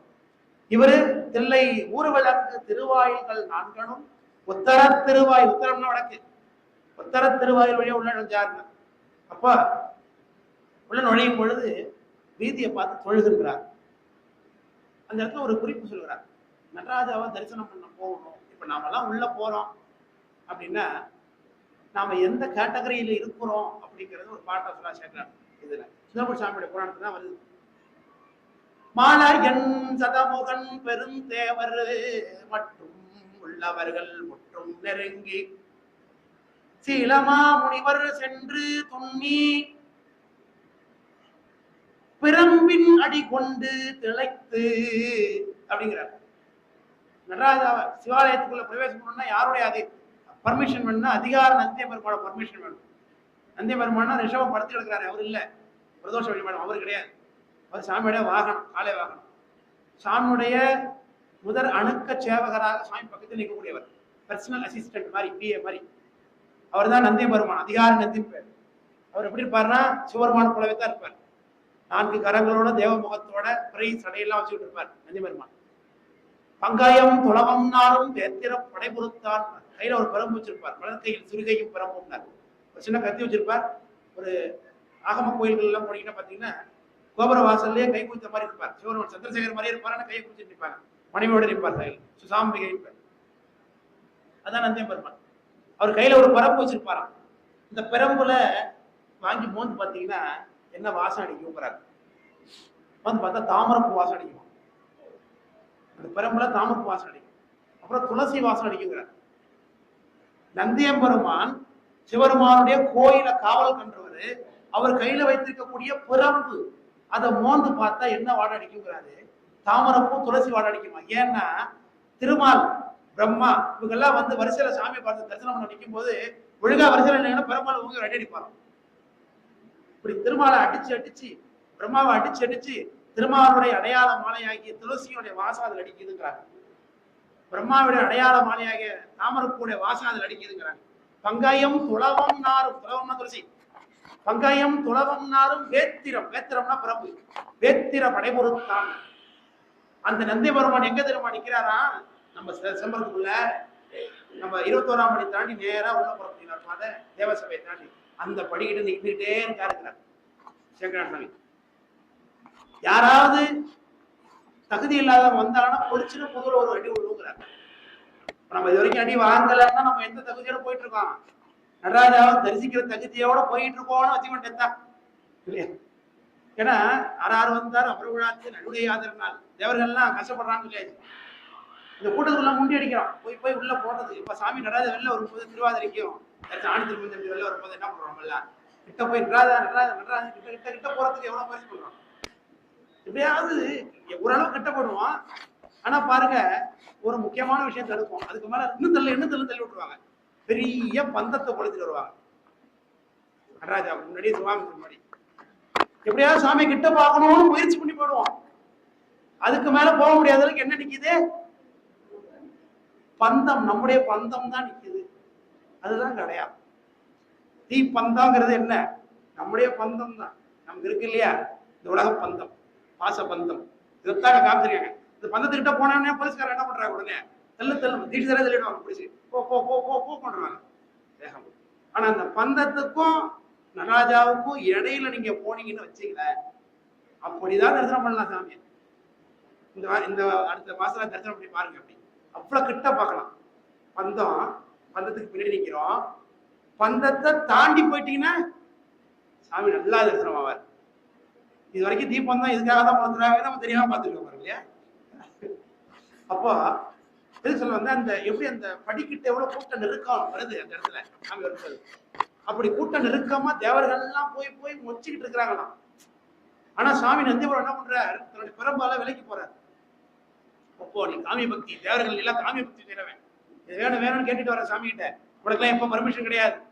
அதனால அப்புறமேல தான் உனக்கு இப்ப நிறைய அடியார்கள் வந்திருக்காங்க, துணி ருத்ராட்சதாரங்க வந்திருக்காங்க, அவங்களுக்கு தான் தரிசனம் சாமி அவங்களுக்கு அலோவ் பண்ண சொல்லியிருக்காரு. நீங்களும் அப்புறம் வாங்க சாமி ஒரே ஒரு தடவை பார்த்து விடுங்களான்னு கேட்கறான். குளிச்சுட்டு ஒரு முதல் அடி.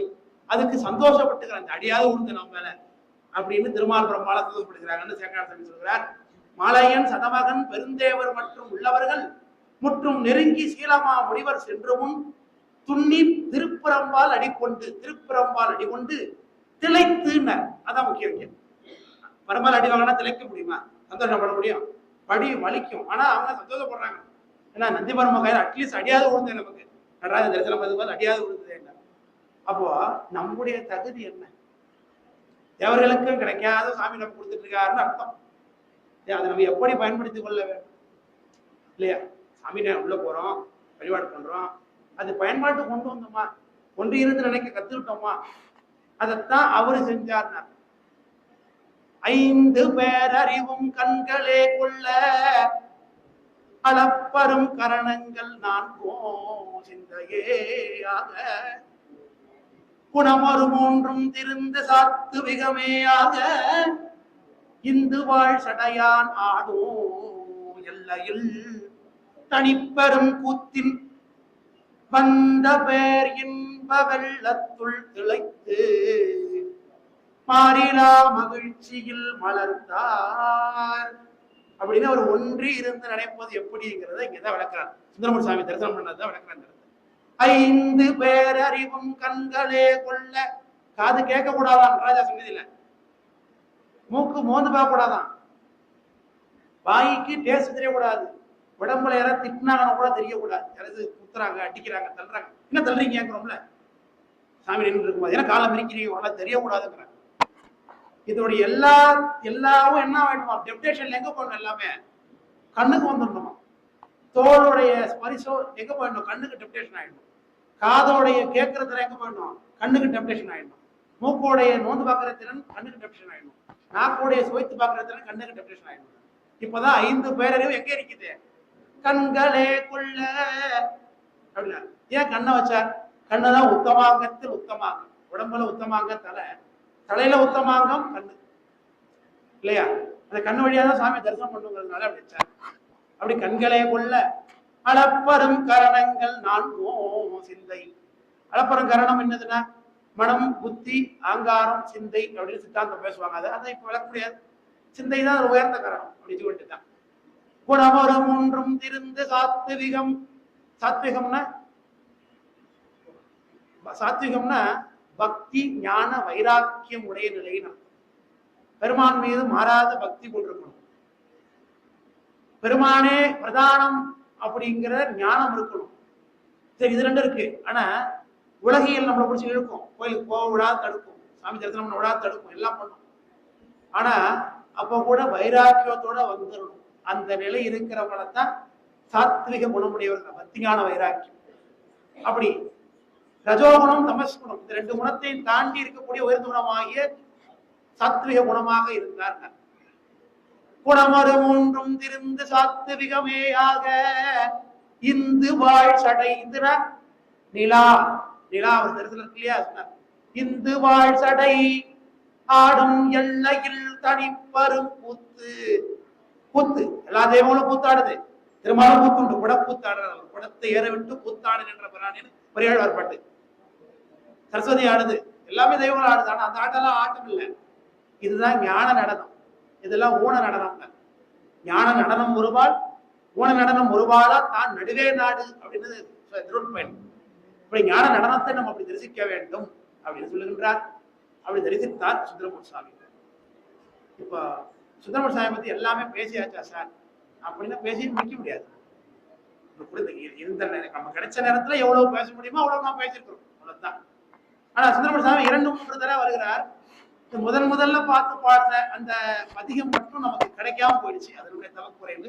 ஆனா திரும்ப 2வது முறை முதுகுன்றம் விருத்தாச்சலத்துக்கு வரும்போது நடராஜா பார்க்கணும் தோணுது அவருக்கு. ஆனாத பேரன்பில் வானாறு புடை பறக்கும் மலச்சடையார் கடல் வணங்கி. வானாறு புடை பறக்கும்னு அர்த்தம். வானாறுன்னு ஆகாச கங்கை சிரசுல இருக்கு சாமிக்கு. ஒரு சாமி சுத்தி ஆடும்போது என்ன கதை கங்கை எல்லா பக்கமும் தெளிக்குதுங்கிறார். வானாறு புடைபறக்கும் மலர்ச்சடையார் கடல் வணங்க ஊனாலும் உயிராலும் உள்ள பயன் போல நினைந்து வந்தார். அப்படி 2வது முறை வருகிறார், வந்து தரிசனம் பண்ணார். அப்பதான் மடித்தாடும் அடிமைக்கண்ணு பதிகம் பாடுகின்றார். அந்த பதிகத்துல தடுத்தாட்டி தருமனார் அமிர்தக்கில் இடும்போது தடுத்தாட்கொள்வான் கடுத்தாடும் கரதலத்தில் தமரகமும் எரியகளும் கரியபாம்பும் பிடித்தாடி புலியூர் சிற்றம்பலத்து எம்பெருமானை பெற்றாம் என்றேன். அந்த ஒரே ஒரு பாடல்ல ஒரு செய்தி மட்டும் சொல்லிட்டு நம்ம நிறைய பண்ணிடுவோம். சுந்தரமூர்த்தி சாமி பண்றதுனால சுந்தரமூர்த்தி சாமியுடைய வாழ்ந்த காலகட்டத்தை கணிக்கிறதுக்கு ஒரு குழு அது இந்த பதியத்துல தான் இருக்குது. இந்த சுந்தரமூர்த்தி சாமி சிதம்பரத்தில் அருளி பண்ண அந்த தேவாரத்துல உரிமையால் பல்லவர்க்கும் திரைகொடா மன்னவரை மறுக்கம் செய்யும் பெருமையால் புலியூர் சிற்றம்பலத்து பெருமானை பெற்றாம் என்பார். அப்போ உரிமையால் பல்லவர்க்கும் திரைகொடா மன்னர். அப்ப சுந்தரமூர்த்தி சாமி காலகட்டத்தில் ஆட்சி பண்ண ராஜாக்கள் பல்லவ அரசர்கள் அப்படிங்கிறத அது மூலமா நம்ம தெரிந்து கொள்கிறோம் அந்த பதியத்துல. 2வது திருத்தொண்ட தொகை பாடும் பொழுது சுந்தர சுவாமி காடவர்கோன் கழற்சிங்கன் கடல் சூழ்ந்த உலகெல்லாம் காக்கின்ற பெருமான். உலகத்தை அப்ப ஆட்சி பண்ணிக்கிட்டு இருந்த ராஜா யாருக்கிறாரு? காடவர்கோன் கழற்சிங்க அடியாருக்கும் வழியினர். அப்போ அந்த காடவர்கோன்னா பல்லவராஜா, காக்கின்றேன்னு பிரசன்ட் கடினோசல சொன்னார் திருத்தொண்ட தொகையில. அப்போ பிரசன்ட்ல இருந்த ராஜா அந்த பல்லவராஜா. சுந்தரமூர்த்தி சாமி காலத்துல இருந்த ராஜாக்கள் பல்லவராஜாக்கள் பதில் சொல்றாரு. 2த்தையும் கம்பேர் பண்ணிதான் சுந்தரமூர்த்தி சாமி வாழ்ந்தது பல்லவர் காலம். அதுல காடவர்கோன் கழற்சிங்க ராஜாங்கிற அவர் ஆட்சி பண்ணும் போதுதான் சுந்தரமூர்த்தி சாமி வாழ்ந்தார் அப்படிங்கிறத பதிவு பண்றார். அதுல சிதம்பரம் பதிவு உறுதுணையாக இருக்கு என்ற அளவில நாம எவ்வளவு தூரம் பேச முடியுமோ அவ்வளவு தூரம் பேசியிருக்கிறோம். 3 பேருமே தரிசித்த விஷயங்கள்ல நுட்பமான விஷயங்கள் இதில் பேசியிருக்கிறோம். அதனால எல்லாவற்றையும் நாம் பெற்றுக்கொள்ள வேண்டும். அன்னம் ஆவே அன்னுடையிலேயே அப்படின்னார். அடியனுடைய அறியாமையினால நான் நிறைய ஏதாச்சும் தேவையில்லாத கருத்து கூட பேசியிருந்திருக்கலாம், தேவையான விஷயம் கூட சொல்லியிருந்திருக்கலாம். ஆனா அவற்றையெல்லாம் நீங்க குறையாக கொள்ளாது இறைவனுடைய சிந்தனையை மட்டுமே எடுத்துக்கொள்ள வேண்டும் என்று கூறி நம்மையும் ஒரு பொருளாக்கி இந்த மேடை நமக்கு 8-2 மரியாதை பட்டிமன்றம் அருளி என்று சொல்லி நம்முடைய மகா சன்னிதானம் என்னையும் ஒரு பொருளாக்க இங்கு இந்த மேடையை அருளி செய்திருக்கிறார்கள். நம்முடைய ஐயா தீட்சிதர் ஐயாவும் நம்மையும் செலக்ட் பண்ணியிருக்காங்க இந்த இடத்துல. அதனால அவங்களுக்கு தான் கருணை. ஏன்னா சிதம்பரத்துல திருவாதிரையில திருவிழா நடக்கக்கூடிய ஒரு நாள்ல நாமளும் ஒரு மேடையில 10 பேர் உட்கார்ந்து கேட்கக்கூடிய திருநீற்று கொள்கையினால் இறைவுடைய அடியாறுகள் கேட்க அடியேனும் பேசுறது அப்படிங்கிறது என்னுடைய பெருவாழ்வு. அதை கொடுத்ததற்கு நான் தான் கடப்பாடு உடையவனாக இருக்க வேண்டும் என்று சொல்லிக்கொண்டு எதிராரும் கேட்டிருந்த அன்பர்களுடைய திருவடியும் வாய்ப்பளித்த பெரியவர்களுடைய திருவடியும் அன்பு கொண்டு நிறைவு செய்து கொள்கிறோம்.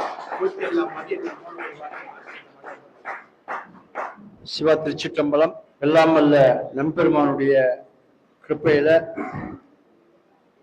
அவனருளாலே அவன் தாள் வணங்கிங்கிற மாதிரி வணங்கக்கூடிய அடியார் நமக்கெல்லாம் ஒரு செவிக்கு நம்பெருமான் நடராஜனை பற்றியும் நால்வரிலே ஒருவராக இருக்கக்கூடிய சுந்தரமூர்த்தி சுவாமிகளை பற்றியும் சிறப்பான முறையில் இப்போ சிவதீபன் ஐயா சைவ சித்தாந்த ஆசிரியரா இருக்கார், தர்மயாதினம் புலவர் ஆயிட்டார். ஸோ ரெண்டும் மிக்ஸ்டு பண்ணி இன்னைக்குள்ள நவீனத்துல எப்படி பண்ணலாமா அப்படி பண்ணிட்டு அதனாலதான் நவீன டெக்னாலஜி யூஸ் பண்ணிட்டு இருக்கார். பேஸ்புக் பார்த்தா சிவதீபன் வரும். ஸோ அப்படிப்பட்ட அவர் மேல மேல எல்லாம் நம்பெருமான் கிருப்பையில மேல மேல க்ஷேமமா இருக்கணும், எல்லா சௌகரியத்தையும் சுவாமி கொடுக்கணும் அப்படின்னு பிரார்த்தனை பண்றோம்.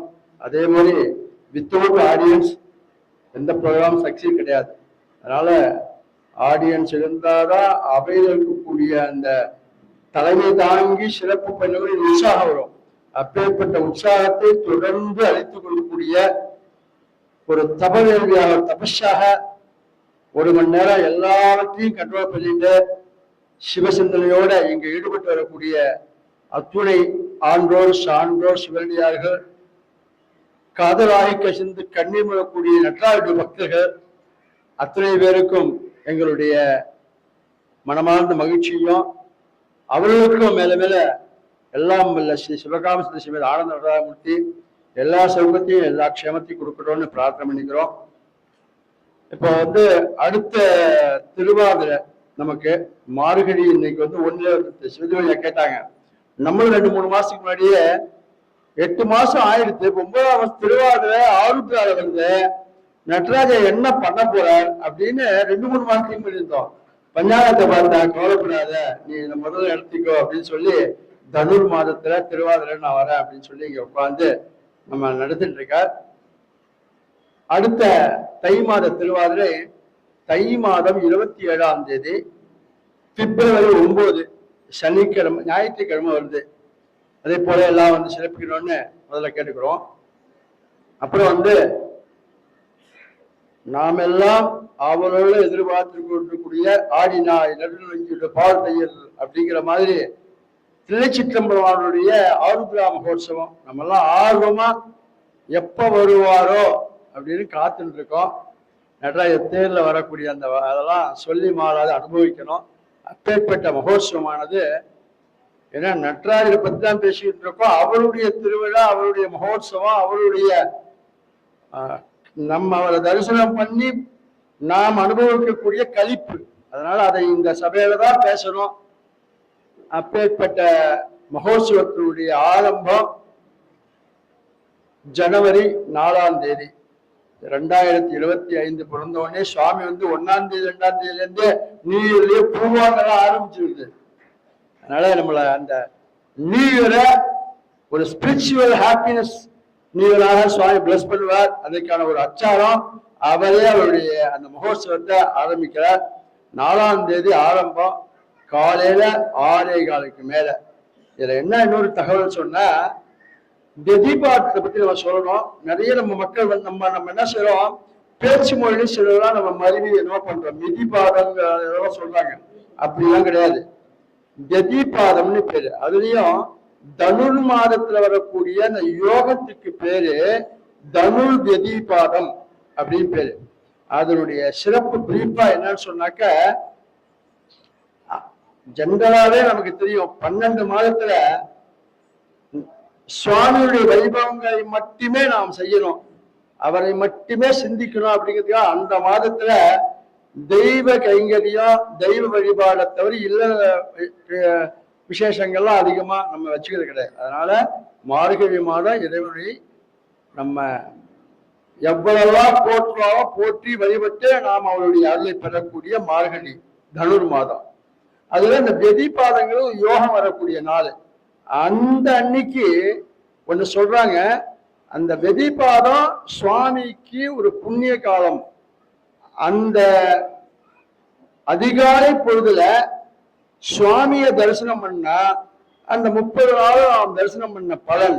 இன்னொன்னு, அதிகாலையில எழுந்து அந்த மார்கழியில நம்ம தரிசனம் பண்ணக்கூடிய ஒரு பேரு நமக்கு எல்லாவற்றையும் கொடுக்கும் அப்படிங்கிறதா சொல்றான். முதல்ல வீதி வளம் அதுங்கிறதெல்லாம் செகண்டரி. அந்த அதிகாலையில சுவாமி தரிசனம் பண்ணா நமக்கு மேல மேல புண்ணியம் கிடைக்கும். அதை தவிர நிறைய வீதி வளங்கள், நிறைய வழிபாடுகள், தான தர்மங்கள், அன்னதானங்கள் எல்லாம் செய்ய செய்ய எல்லா பலனையும் கொடுக்கும் அப்படி சொல்றான். அதுவும் அந்த மகோத்சவத்தினுடைய துவஜாரோகணத்தன்று வருது. அதுதான் இன்னைக்கு ஹைலைட்டரு. 2 in 1, 3 in 1, 4 in 1 எல்லாம் சொல்லிட்டே போலாம். காலைல வந்துட்டா பிரதிபாடத்துல தரிசனம் பண்ணிடலாம். உடனே பஞ்சமூர்த்தி கிளம்பி வருவார், துவஜாரோகணம் ஆகணும், அதை முடிச்சு வீதி போகலாம், நடுவில் வீதி பிரதர்ஷனம் பண்ணிட்டு வரலாம். எல்லாவற்றையும் நாம் நிறைய அனுபவிப்போம். சுவாமி நமக்கு நிறைய கிருபை பண்ணட்டும் அப்படிங்கிற ஒரு தகவல்.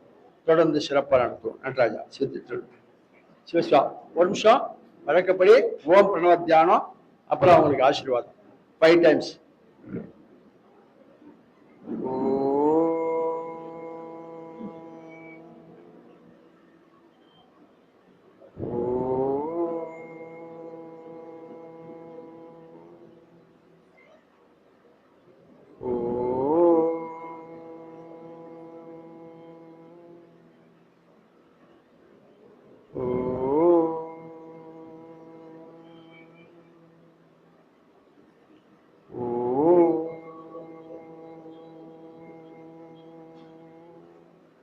மகிழ்ச்சி. அடுத்த மாதத்தை நிறைய சந்திப்போம், சிந்திப்போம், நிறைய சிந்திப்போம். நடராஜோட பிரசாதத்தை அவசியம் எல்லாரும் வாங்கிட்டு போனோம். தொடர்ந்து இந்த சத்சங்கத்தை ஊக்குவித்து சிறப்பாக நடத்துவோம். நடராஜர் நடத்துவார் அப்படின்னு கேட்டு இப்போது ஐயா அவர்கள் வான்மிகள் திருச்சிற்றம்பலம். வான்மையில் விழாது பெய்ய மலிவளம் சுரக்க மன்னன் கோன்முறை அருள் செய்ய குறைகளால் உயிர்கள் வாழ நான்மனை இளங்கள் வாங்க மற்றும் வேலி மல்க மேன்மைகள் செய்வ நீதி விளங்குக உலகமெல்லாம். திருச்சிற்றம்பலம்.